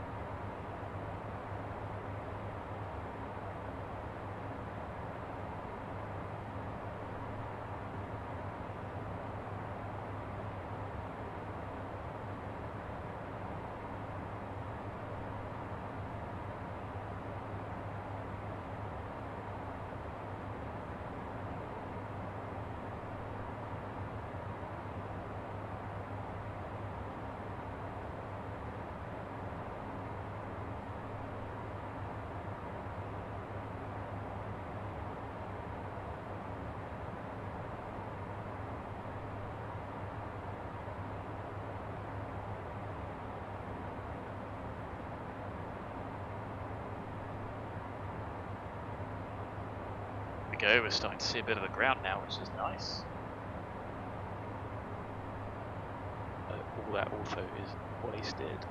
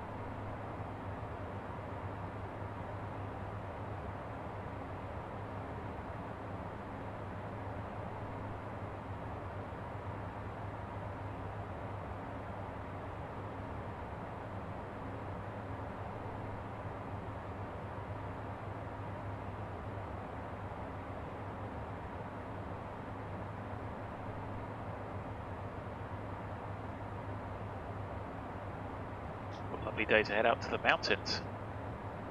Certainly to get away from grey, foggy San Francisco.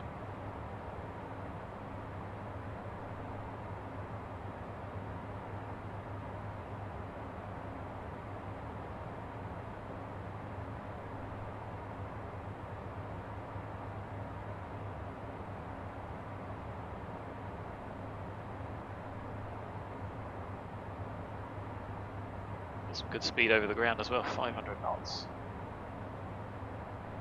So top of climb should be 15 minutes. I think it's going to be a little bit longer than suboptimal departure, no doubt.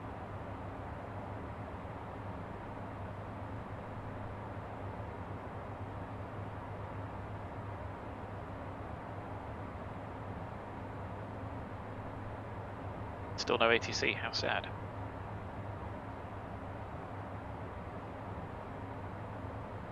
Well, I suppose, I don't even know what day is it, Wednesday morning. Anybody going to be simming?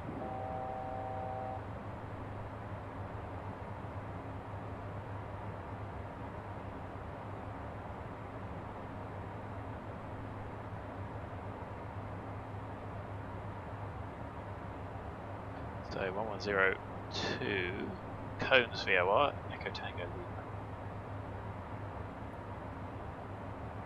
Alert checked.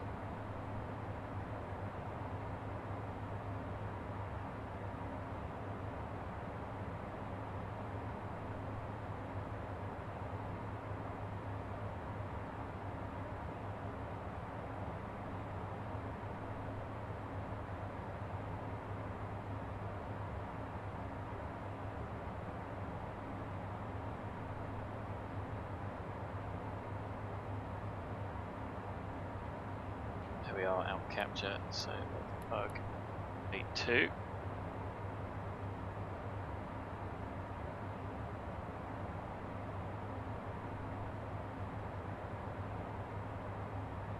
We are 16 minutes later, 1700 bang on.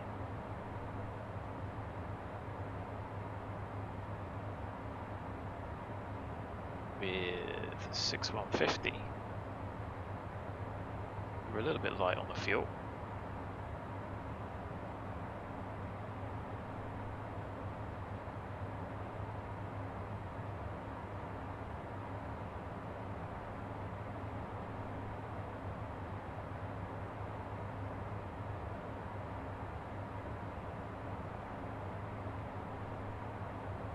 Good thing we had some extra.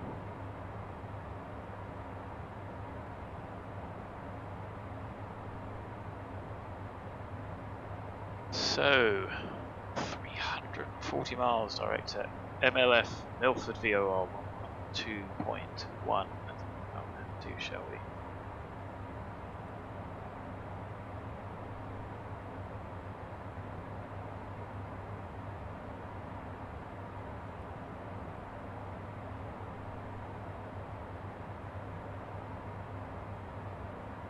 We'll pick something else up. See those frequencies are reused outside of coverage areas. A nice bubbly cumulus day.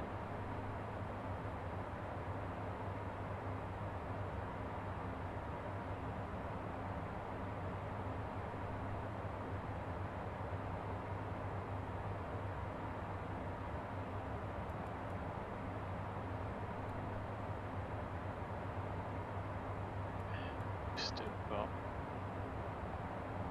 this defaulting speed altitude is for now. So I mean, look how many airfields there are, ICAO and otherwise.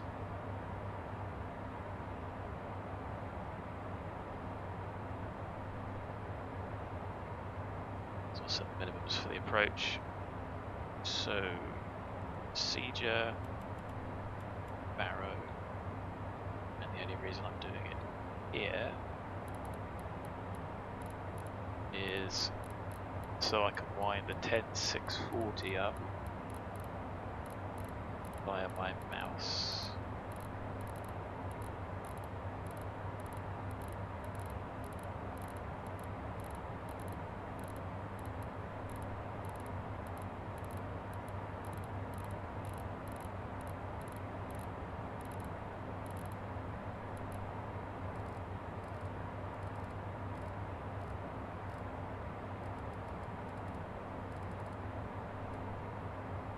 .640. There we go. Tap for that approach. There's no authorization required for this, I don't think. Need a local setting. Hope we can get one of those.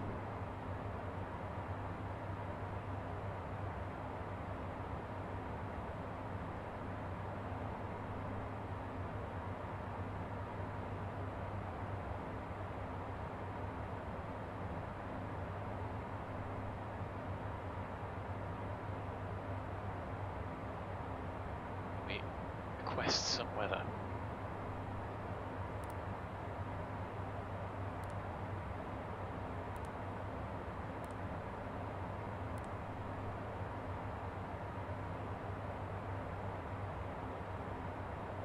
Pretty quick, the old VHF on it, because there's not a lot of data.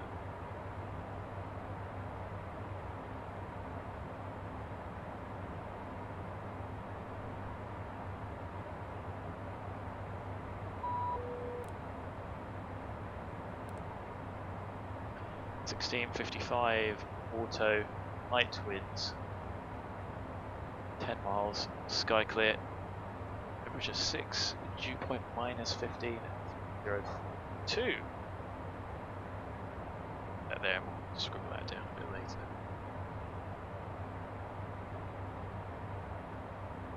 A look on the old VATSIM radar. Pretty quiet. There's a United coming out there. And into SFO.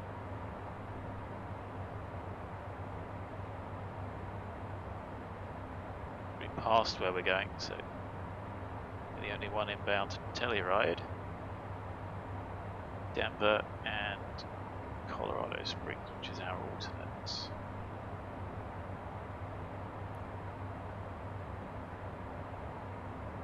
That's it, pretty quiet really.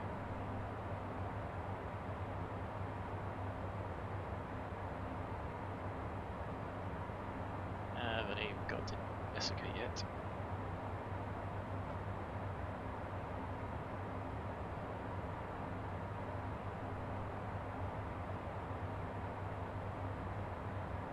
It's up to destination, nice and quick. No idea how you get there otherwise.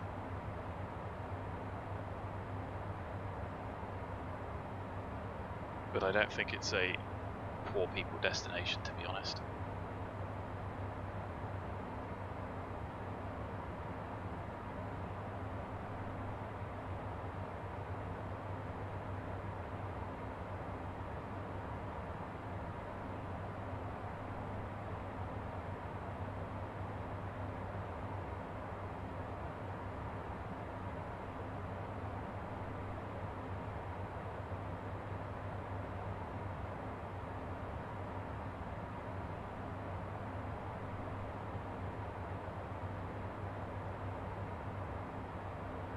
A lake or just a graphical glitch?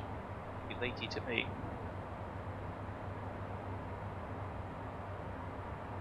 So frame dips for the day. 31 down to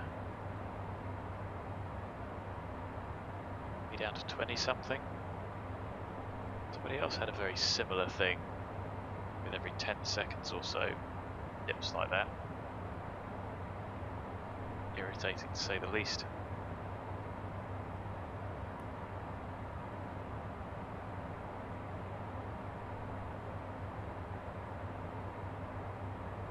So,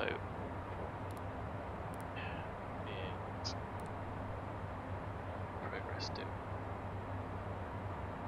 Arriving at 18:12, bang on schedule. Isn't the sim brief OFP fantastic? You're getting that right. 18:12 on is exactly what the estimated is if you left at 16:45. Okay, so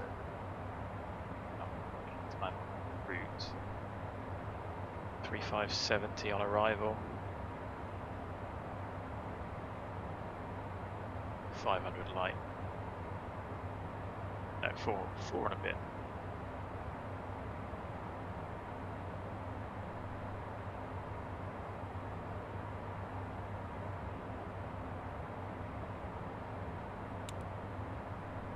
Just get rid of its imbalance.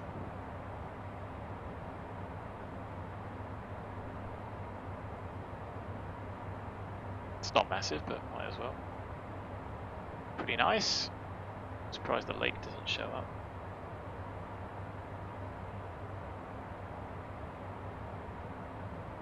Dry and dusty, I guess.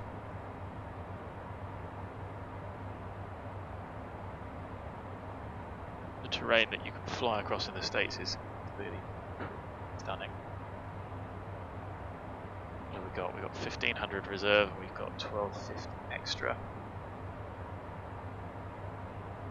Do it manually, you can do it using this as well. 1250 is our 30 minutes extra, so that's even giving ourselves an additional for the notification for reserve.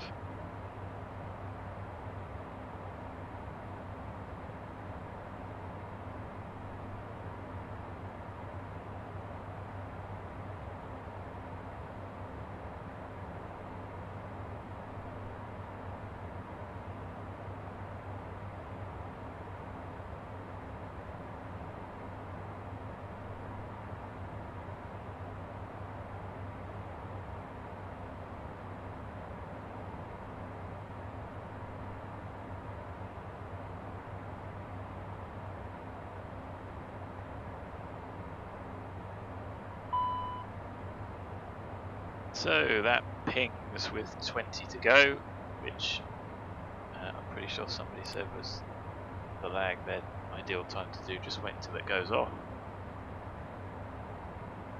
The APU is going to increase fuel on the right hand side at some point anyway. Doesn't need to be perfect, that's why there's a limit. So you might as well open it up in cruise.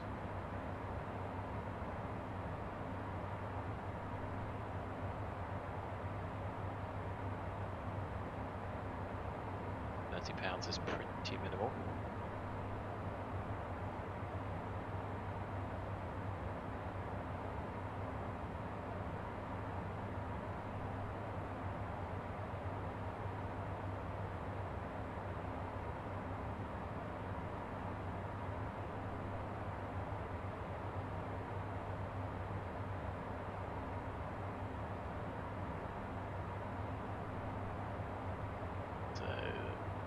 There a 738 behind us, and a damper. 2 hours 4 with only 3 hours 10 to worry. Got an hour and a half with 325. They used sim brief, heading out the same way as we are planned. 32, 37, 469. Got that bit quicker. Oh, remarks, yeah, somebody didn't do sim brief. Interesting.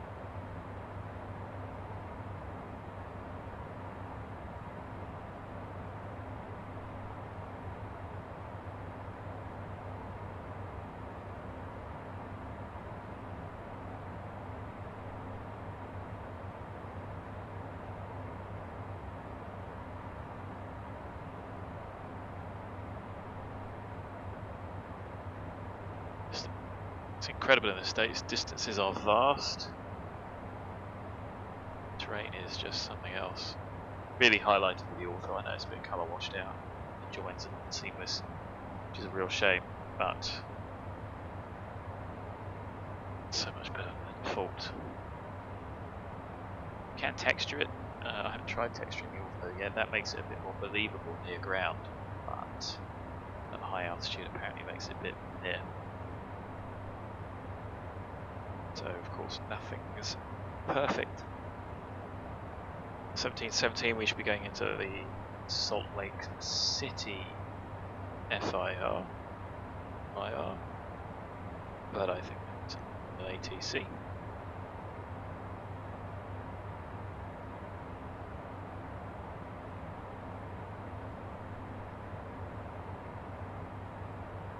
Yeah, sudden bit of cloud. Great.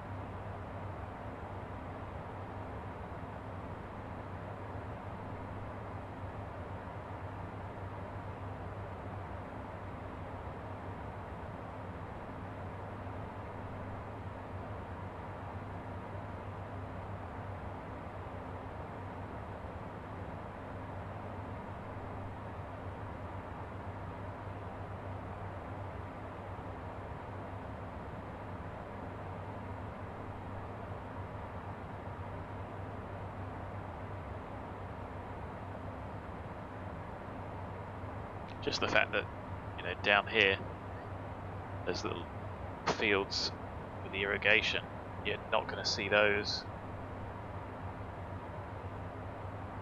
from default.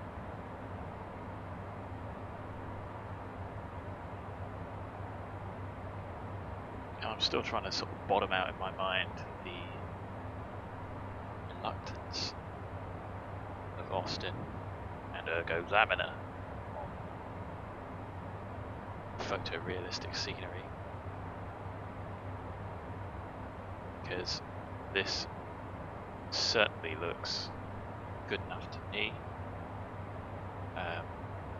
Most of the Ortho that I've got from America, I'm pretty sure I've linked it to my own. This is all zoom level 16 unless it's near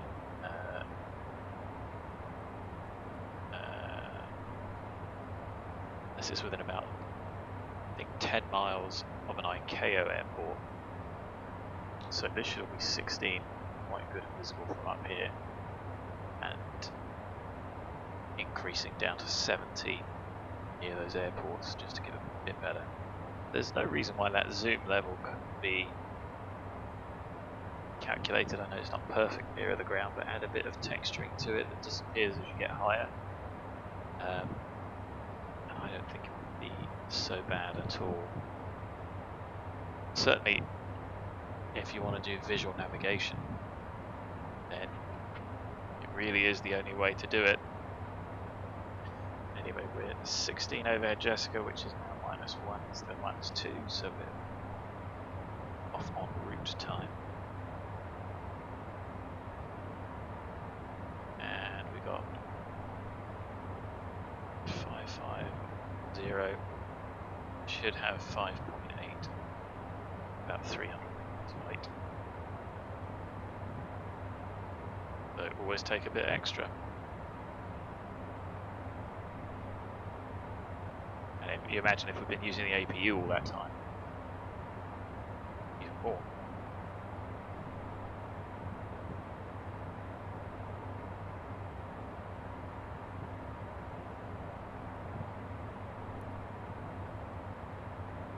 So, near ATC,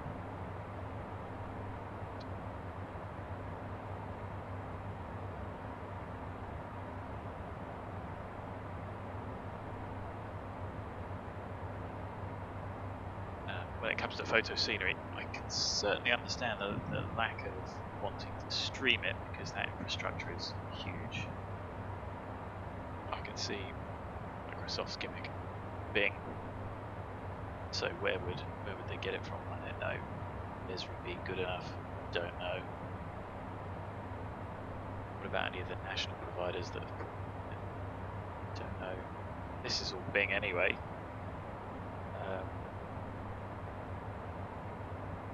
Willing to pay the extra for the licensing required. Being cool, I'm sure somebody would happily license their imagery for the publicity, if anything else.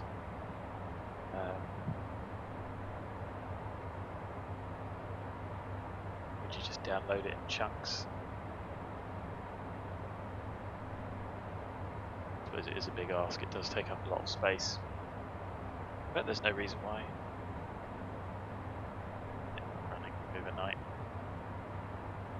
Having it on another PC is beneficial. Which everyone can't do that. I can kind of get why it's potentially impractical. But if you've got the facility, I would certainly be happy to pay a reasonable amount for high quality. I haven't tried OAK-TEX, but I have read that certainly the UK, for instance, is in 3 segments. Okay, well that's quite a lot of money. It's color corrected, good. Cloudless, good. How much work has gone into that? Probably not a huge amount in the grand scheme of things we're charging. But the issue that it takes up at the zoom level 17, 18 size and is effectively quality lower. There's something I wasn't really prepared to have. I'd rather have zoom level 16, 17 over the whole of the UK. It's going to take up that much space. Pretty sure I have got 17. What I might do in the UK is go from 17, 5. Did I work it out from 1,000 foot or below? So with a 3-degree path,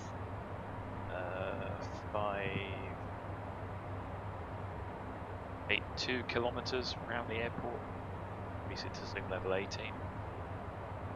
And below 1,000 feet, it's going to be even sharper. Above 1,000 feet, you're probably not going to notice anyway. And I may do the UK. Downloading and conversion is, you know, it's the downloading. It takes the time, the conversion takes a couple of seconds. JPEG to other. So I may well do that and see how much that takes up. Could certainly do a before and after comparison. But I've got relatively ample hard drive space, might as well use it.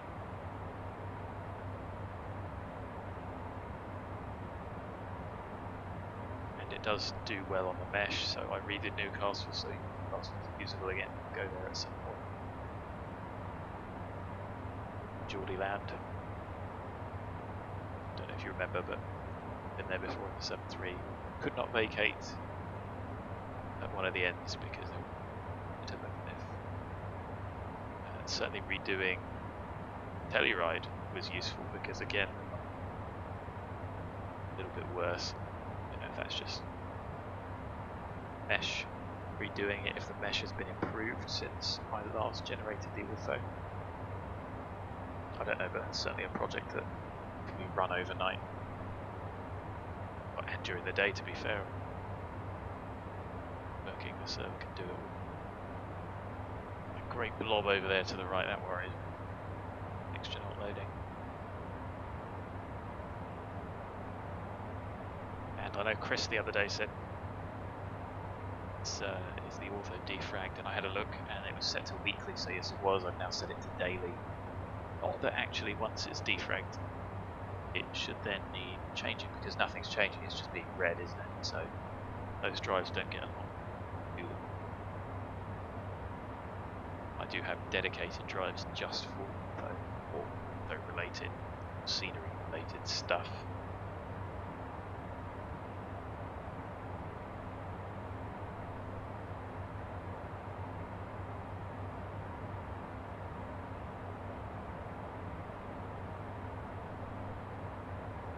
So, how are we doing? Top of descent, 17:58 time. Messages, didn't hear any last time. The landing and then after landing. Turbulence belts.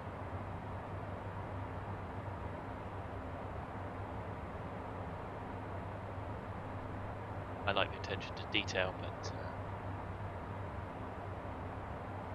really that fast.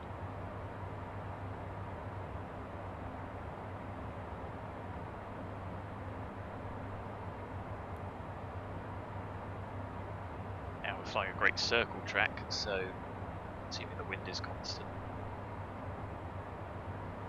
See, we are direct to the VOR, but it's left.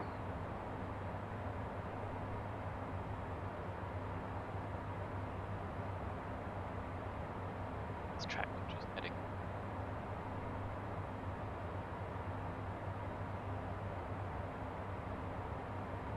Scenes like this is what really makes mistakes, but whether that will happen or not,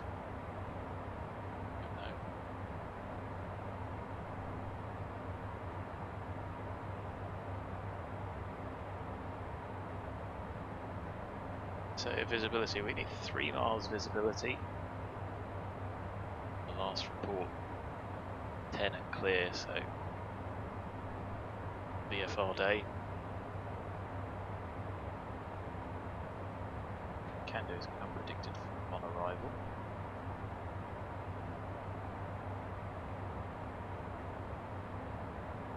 .36.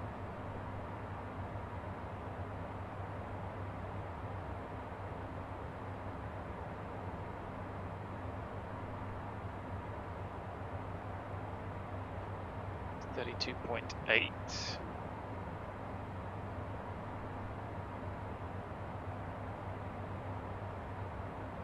So let's see if we can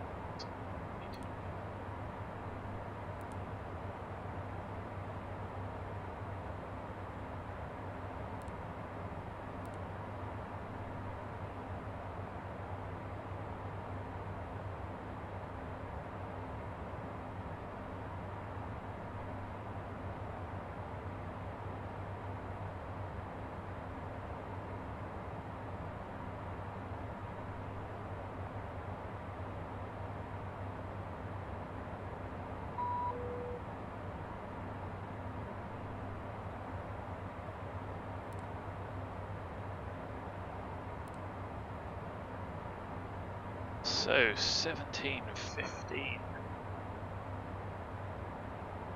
minutes ago, automatic. 0 at 3, 10 or greater, sky clear. Which is 17 minus 15, 2. I'm going to change a huge amount. And at 11:20 Zulu,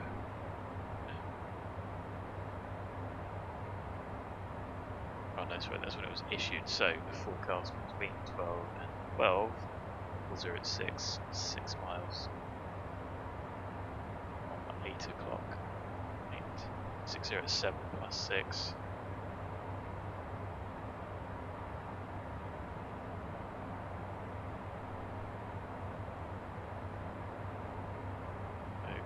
Still more than ample. So, can do. Do the approach. The other one.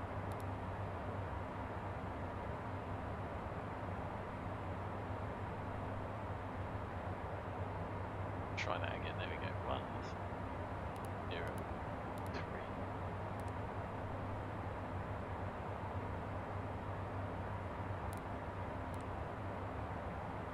7.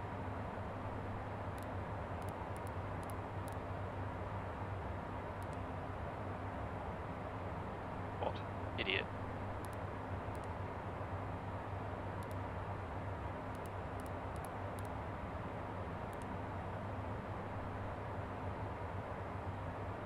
Slightly better performance. 6911. That is the landing threshold. Relatively light winds, light crosswinds, almost completely. It's half across, might be just landing, isn't it? And I think we said we were expecting 32,850.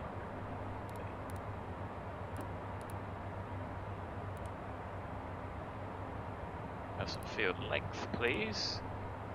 And you see that starts to get close. I think it's too twitchy, but you can see the VREF is 129. Of course, the ground speed is 8 because of the density altitude.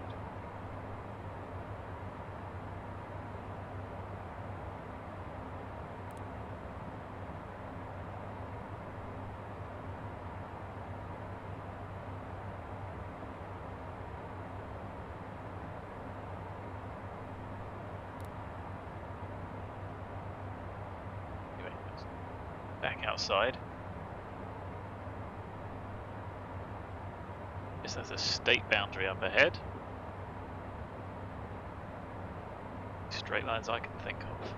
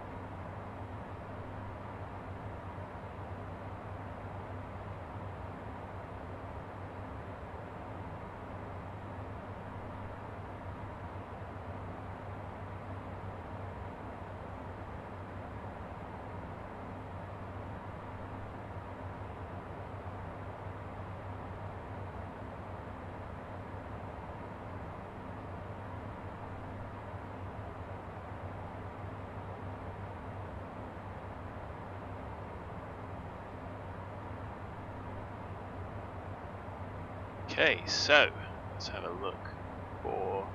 We're expecting to take up most of the runway for landing. There's both exits are to the left. Alpha 3 is first, and it might be a bit of a push to stop, so we'll just roll to the end. There's EMAS. I was thinking actually, I don't know how well they're modelled. It's just concrete texture because I think that's what it looks like. But if it's gravel or something that would actually stop the aeroplane, then that would be good. I don't know what's happened to the Ortho. I think this is default C. Out here, I could be wrong. This could be a plain and desolate wasteland. But if there is an airfield out here, a left,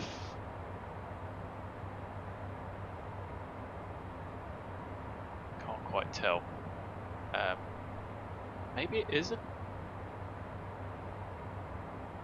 It looks a bit X-plane fakey. So I don't know what's gone on with the Ortho, so I have to apologise. Pretty sure it was an all enabled. A bit disappointing. Anyway, we need to check the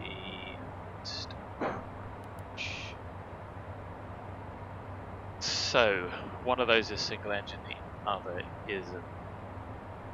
That is 2 engine, that is 1 feet per nautical mile, and let's have a look on the chart. Procedure.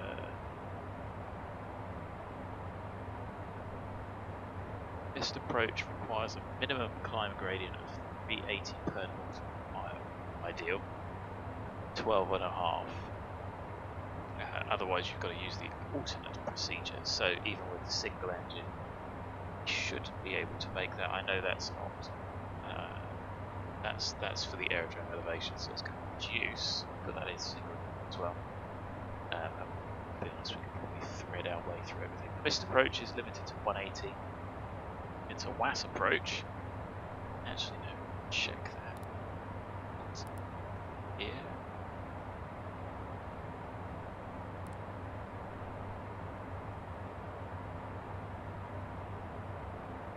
So we got WAS.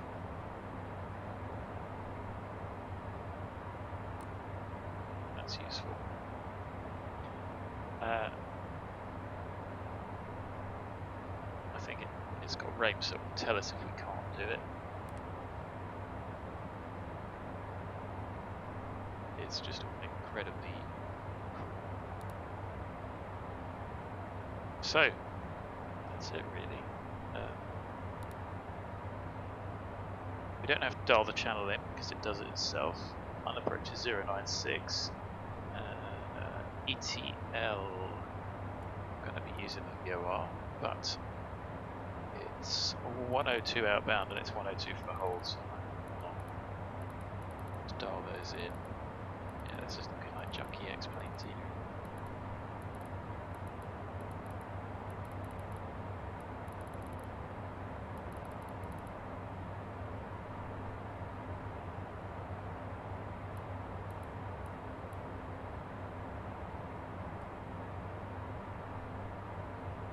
And we've still got no ATC, which is a real shame.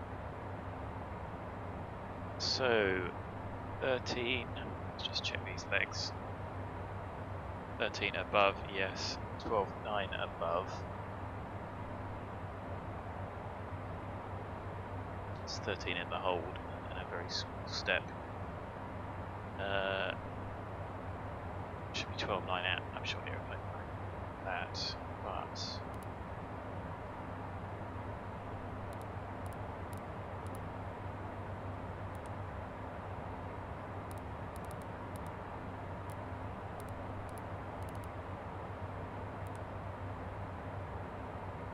interesting.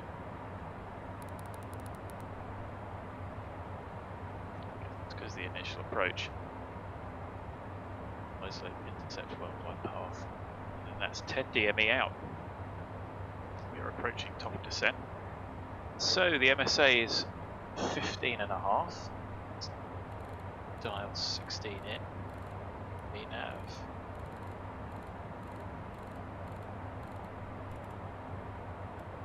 path armed.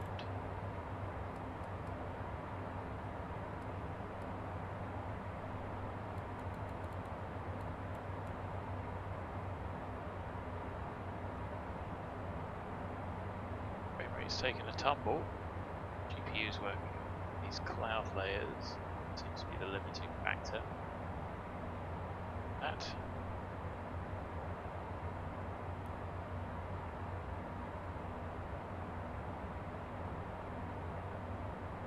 You see the ATS is slow. Get the speed back.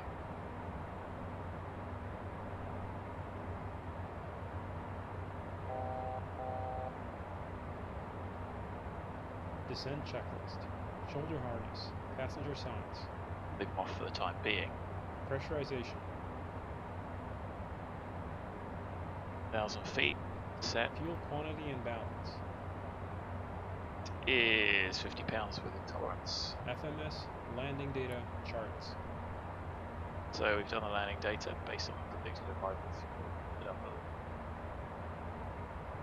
Approach briefing. We've discussed VNAV transition flight level. set, Descent checklist complete. In range checklist next. and I hope we get some Ortho soon. Otherwise I've been promising you guys a nice view and we're on it. Shame. Did check it yesterday and it did work. Unless X-Organizer has fallen over, which I don't route in.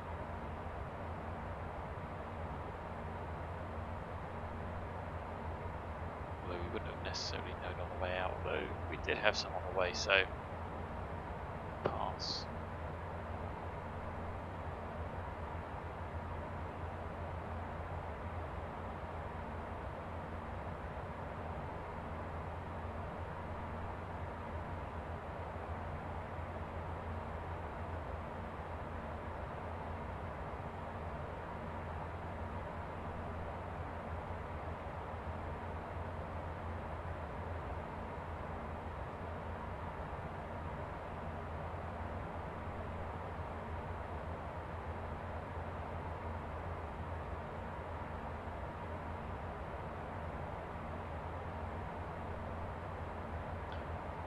Double check that weather, shall we?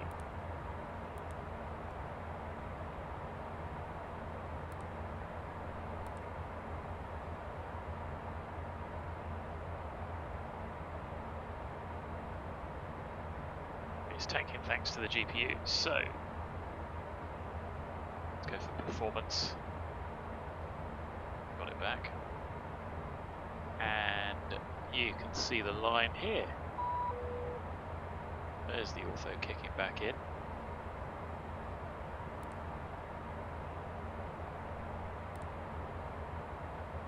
$17.55. That's it. Growth 3. 8 minus 15. Growth 1.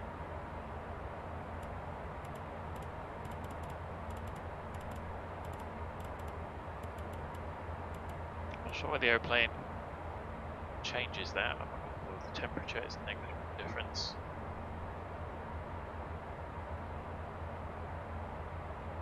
And I'm happy that the speed is 275 because we are going slow.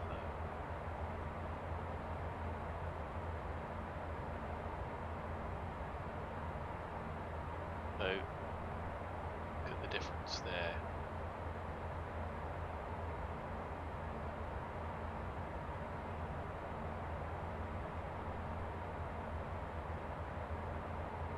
So I think we'll do the range at cones or nearby.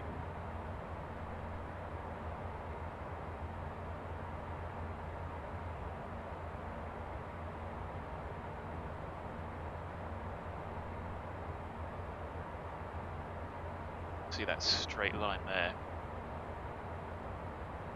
Tile boundary.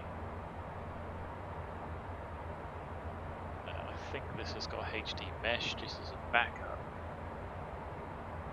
but you can see the mesh looks pretty good to me for Ortho. This is a hell of a lot more defined. These default textures. Exactly what you expect. And you can see, whilst the quality is reduced when you zoom in at this level and angle, absolutely fine. I think zoom up 16. Hey Toto.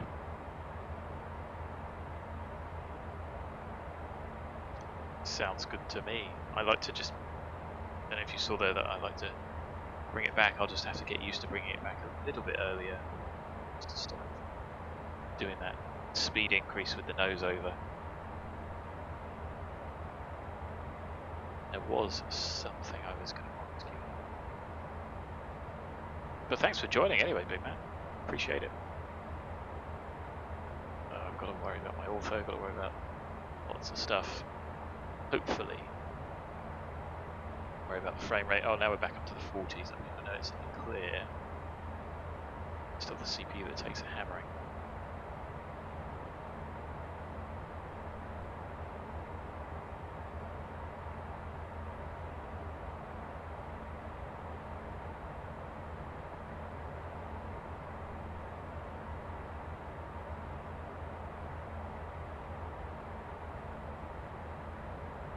So, nobody online, nobody's going where we are.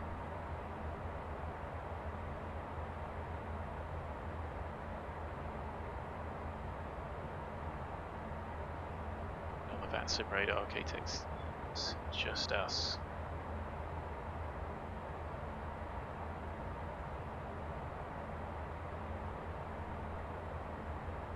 Do I still have turbulence set? Yes, I do. That off. Don't have the binding free for that.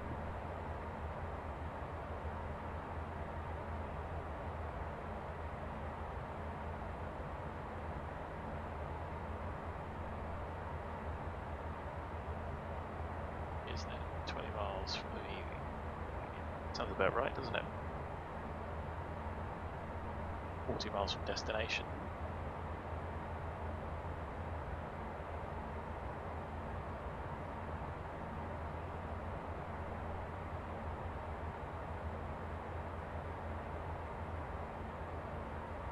And I do think, I'm sure you agree, the Ortho's not perfect, but it's not better than that clear default that we had.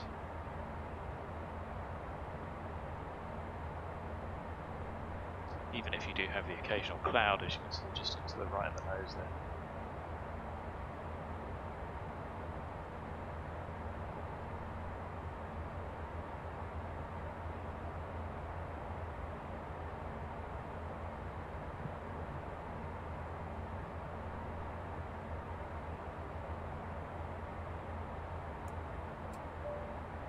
So, ETL is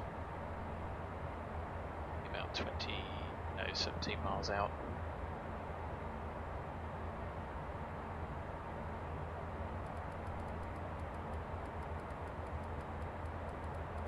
Start bringing the speed back.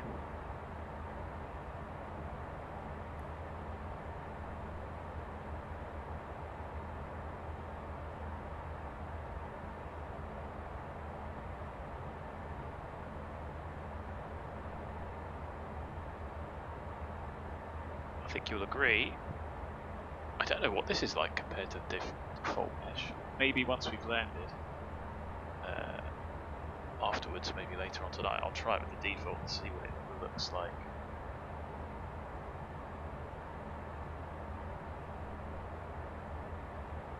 Ortho does. It's a shame that Ortho appears to be abandoned now. Such a useful tool.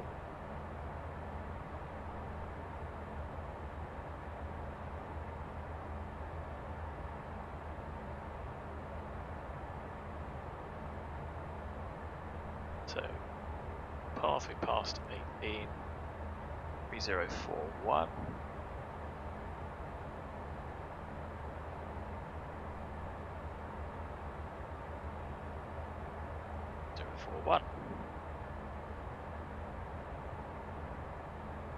Now, that was an interesting dirty dive because of the change. It doesn't take into account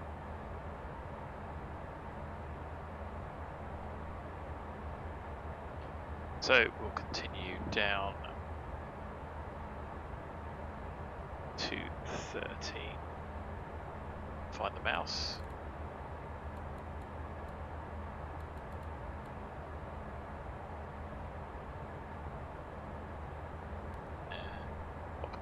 Flight level change. Let's do speed 15. Actually, no, let me be a little bit quick. So, no, what I'm going to do is heading, we'll just take one lap of the hold. Probably not even going to be a proper hold. So, we needed to be at codes 13.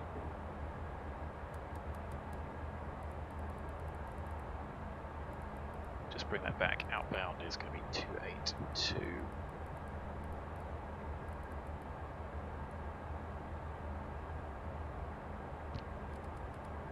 I've got 200.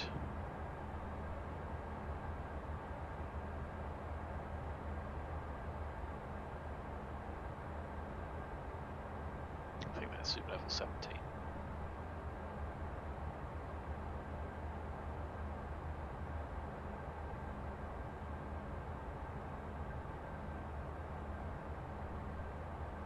But I've got to do the full hold. Just entering, so we don't end up high energy. Let the airplane get a little bit ahead of myself there. In range checklist. APU. Started. Altimeters. 3 set cross-checked. Avionics.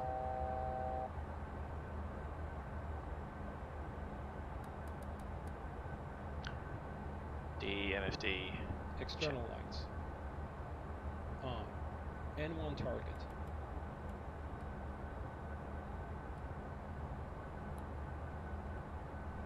This gives us a bit of time to do this as well. Set.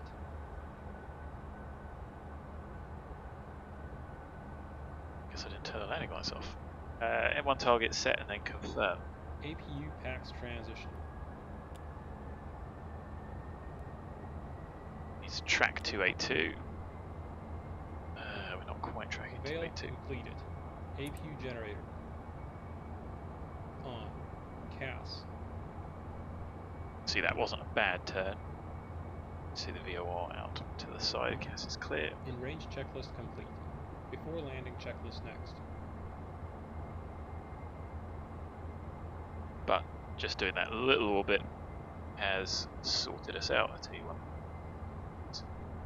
Open this up. Misty's job.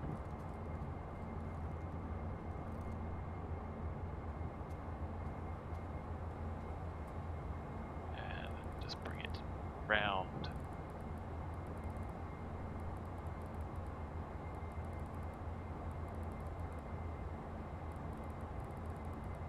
Bear in mind that this turn will probably go captured. A little bit tighter because we're going to be slower.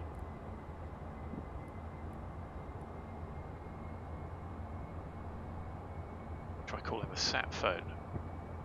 Done that yet? Forget. Pretty close to terrain, isn't it? Flight support. Jenny speaking. How can we help? Hey Jenny, let's have a van please when we get there. Yes I am, sure. Understood. We'll have that ready for you. Anything else? No thanks. Always a pleasure. Take care.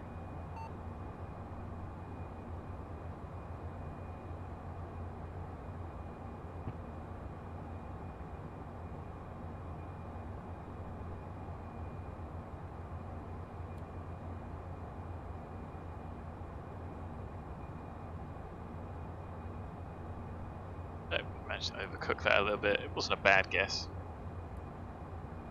Certainly no one would die.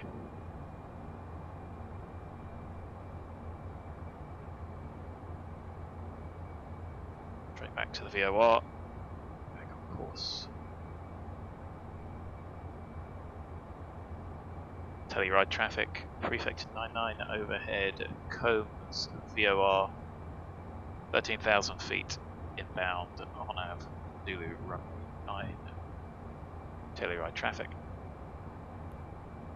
Nav, please. Give ourselves a bit of an intercept, shall we? Go, LNAV captured.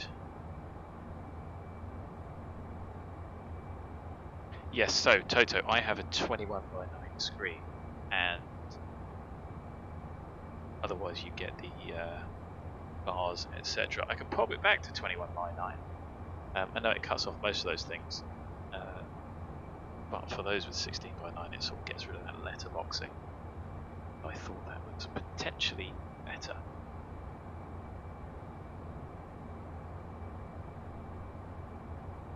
So, LNAV, and waiting to intercept the VNAV path. Approach. And let's pick flap 180. So yeah, I mean, if you've got a 21 by 9 like me, then it's all groovy. But yeah, the only other issue, I can see the runway. The issue for everyone else is you end up with all this letterbox and then you can't see anything. Which was, you know, when you can't see the instruments, for instance, on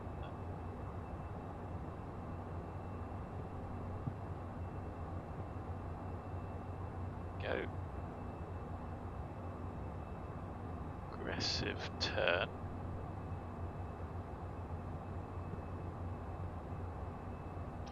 That's armed.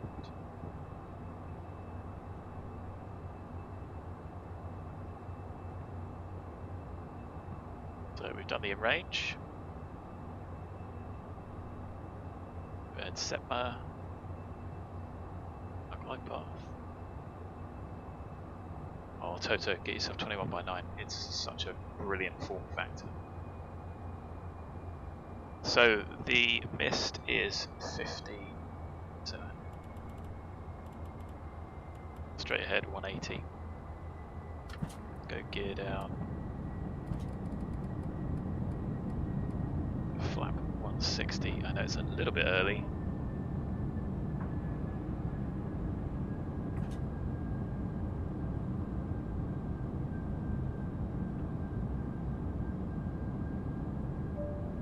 May we have your attention, please? We're approaching our destination and will be landing in a few minutes. Please place all storage compartments and tables in their fully stowed position. All Just going to put the portable chat out the way. devices must be turned off. Try and call back some pro points. Fully upright and that all loose articles are stowed. And observe the seatbelt and no smoking signs when they appear.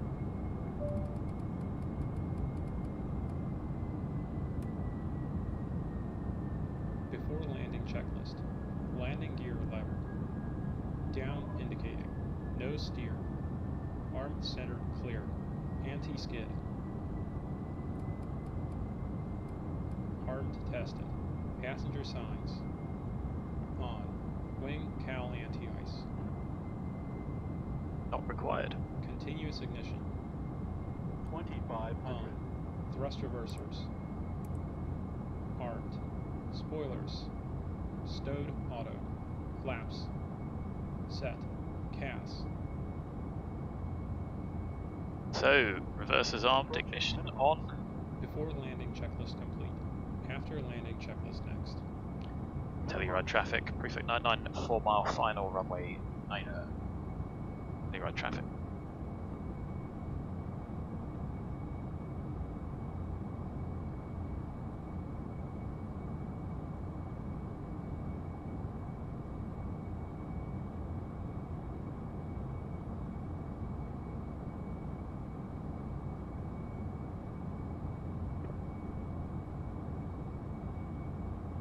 So don't forget the Pappies are US, just like the localizer and local reality. Past minimums. Did I miss the minimums? Cool. Guess I did. Anyway, it's jet clear. With this turbulence and the wind effect, airplane rolling all over the place are accurately modelled, but I think you'll agree the scenery and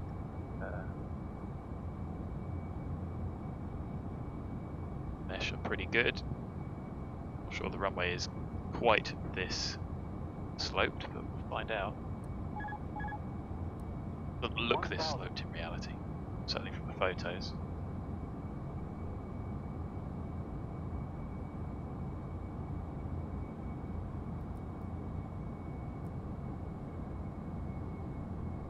Bit of a dip. Yeah, I don't think it's that bad in reality.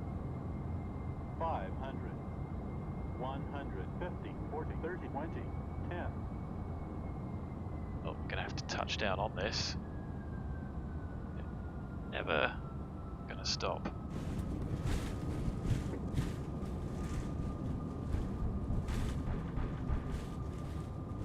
Yeah, I don't think it's that bad in reality. It's sloped, but it's not quite that much, so there's me talking about the wonderful mesh. Maybe not. That was interesting. So, reverser stowed.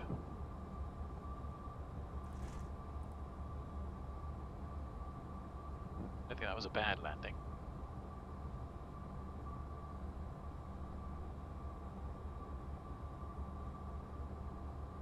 Considering didn't need to get the aeroplane down, actually stopped admirably.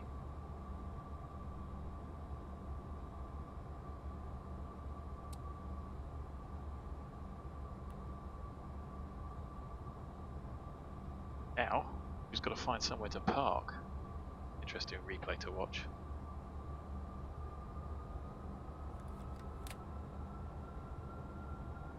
Oh look, we've stopped without braking. So where is there to park?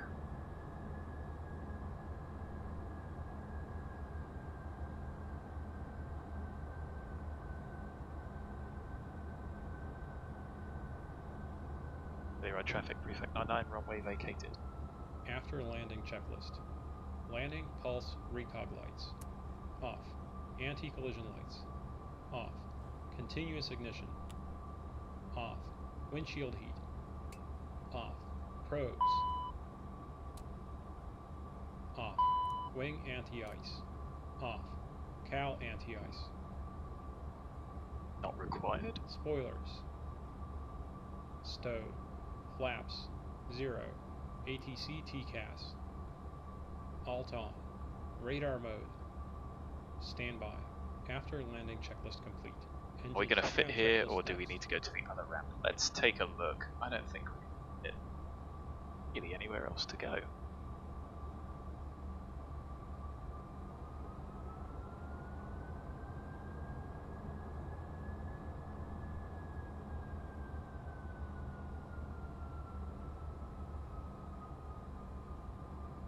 Yeah, I think we're a bit too big a bird, don't you? Sure the packs stay in their seats. May we have your attention, please? Yeah, even though we're stubby, we ain't going to fit there. Just dump it over here, It's not allowed at this time. which was my initial thought.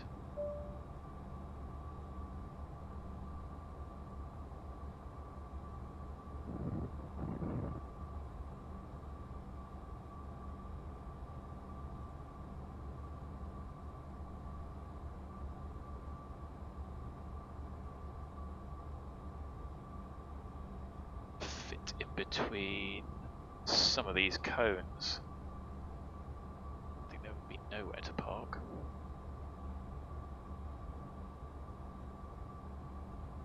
Squeeze over here.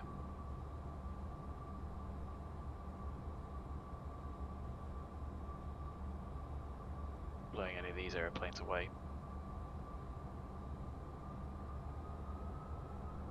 The ramp's a little bit flatter than this. What's this clutter over here? There's a floating head. That's it's interesting. Seen that before.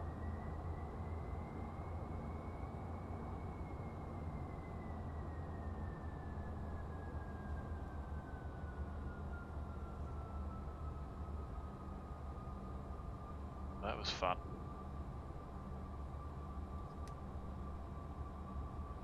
A brake set. Oh, it must have been the baggage guy. Interesting to say the least. Ooh, I see. Okay, yeah. I mean, 4K. I love the viewing angle though. I've just got hooked on it. Engine shutdown checklist. Taxi lights. Yeah, that's my job, isn't it? Off. Parking brake. Set. Reverse thrust. Stowed. Generators 1 and 2. Off. Engine 2 shut down.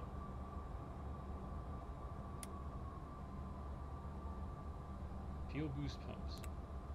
Off. Fuel system. The right low.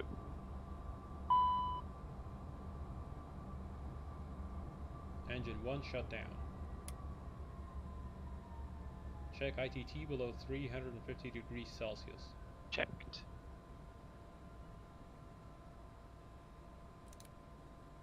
Anti-ice. Off. 14th stage.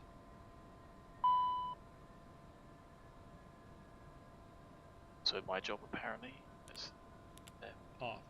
Beacon. Off. No steer.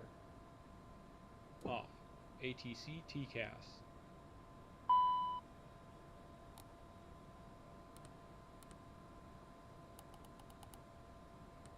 Standby 0. Parking brake if chocked. So I think the chocks are in, but I'll double check before I leave it off. Passenger signs. Off. Cabin differential. 0 PSI. Engine shutdown checklist complete. Securing checklist next. Happy days. Let's pop the door open. Oh, that was it. I think I was going to mention about the van trashing my frames toe-to when it arrived, so certainly on departure it killed them. The Same. airport taxi's here. Thank you, Captain. Great flight as always. Well, I'll see you next time. But weirdly not now. It's bullet into the ground. Thanks, Pax. You are welcome. See them out. Shake their hands. There. Ignore the van that has sunk.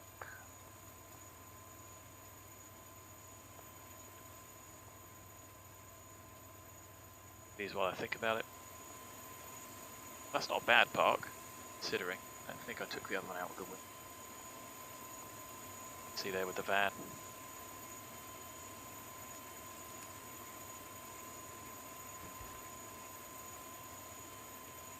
So, not sure how long we're going to be here.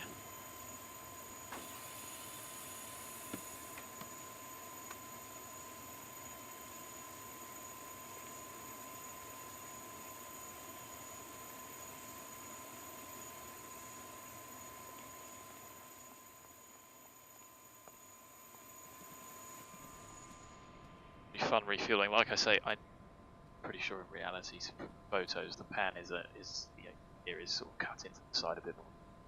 It's lumpy. Maybe we should tow the aeroplane somewhere a bit. No matter. Secure and checklist. Emergency lights. Off. AC DC utility switch.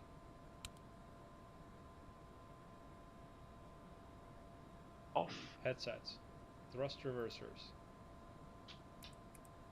Disarmed. Chocks. They are in. Parking brake. Let's pop it off and hope we don't go rolling. Hey, the chocks work, that's good. Hydraulic pumps. Definitely all. Nav lights. Logo light. Leave there, well the logos can come off. On from. APU generator. Same with that. APU start stop. And that. Packs. So let's close off. LCV 10th stage isolation valve. APU power fuel. ICAS APU gauge. Battery master. Cockpit refuel panel. Double check that. Always forget. Service lights. Pins and covers. and those apart from the main gear pins. Securing checklist complete. So,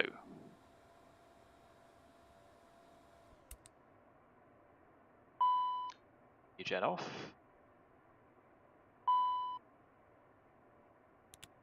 You off. Nav lights off. Power fuel off. Go pop those in and then watch the replay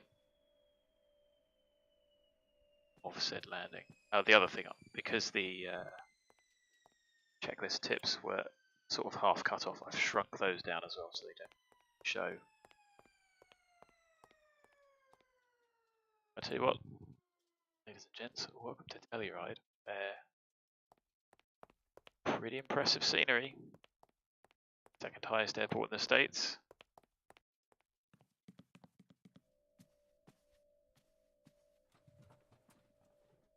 Now I'm going to disconnect from VATSIM. Oh, it's entirely my bad. Your flight of Volanta says we landed -788. I think it was probably firm, but then don't forget the terrain was away. So, yeah, that's off. Did I leave the battery master on? Go. Have a look at the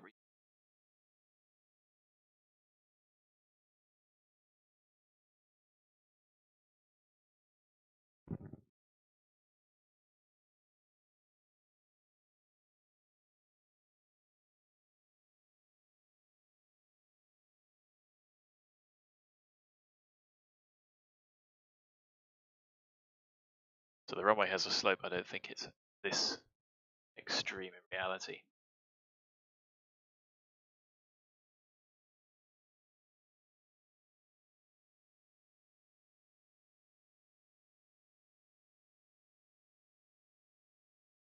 Ooh, that looks firmish, but not horrific. I think that was all right.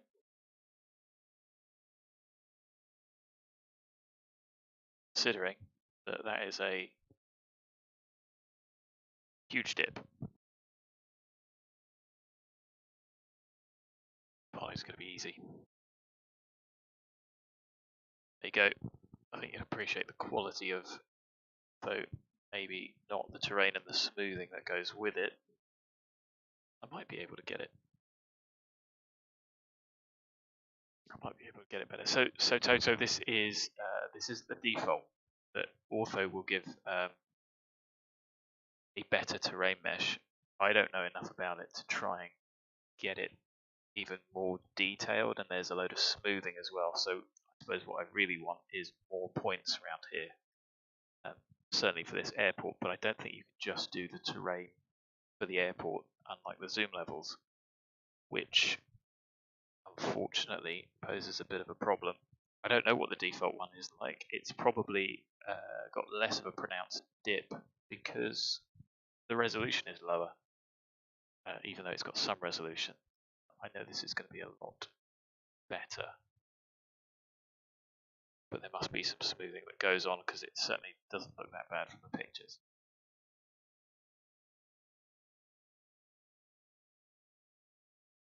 But this is Telluride. It's been in the summer.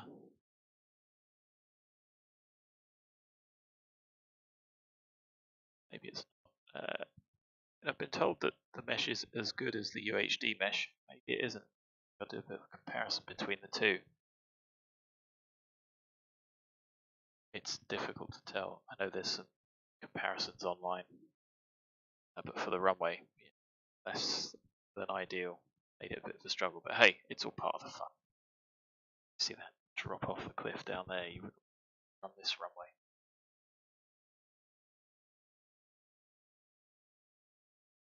There we are, parked up.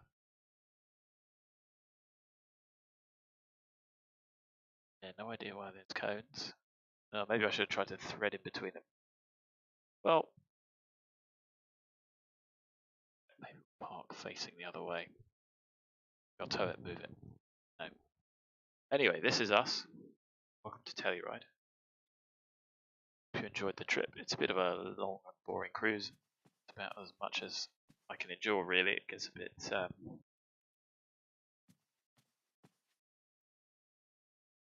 of cruise any longer than that sort of tests my patience.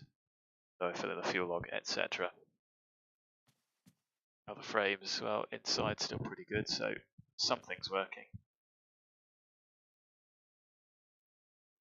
But who's done a brilliant job of bringing this airplane to life.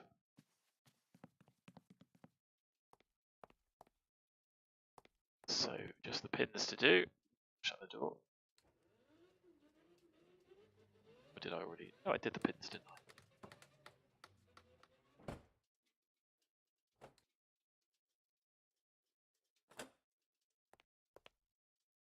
There's a pin, there's a pin.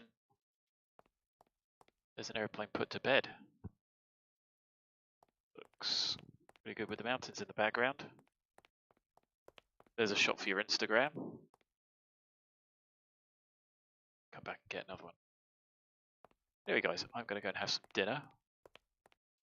We'll go off and do some skiing, or just head to the bar, whenever you prefer.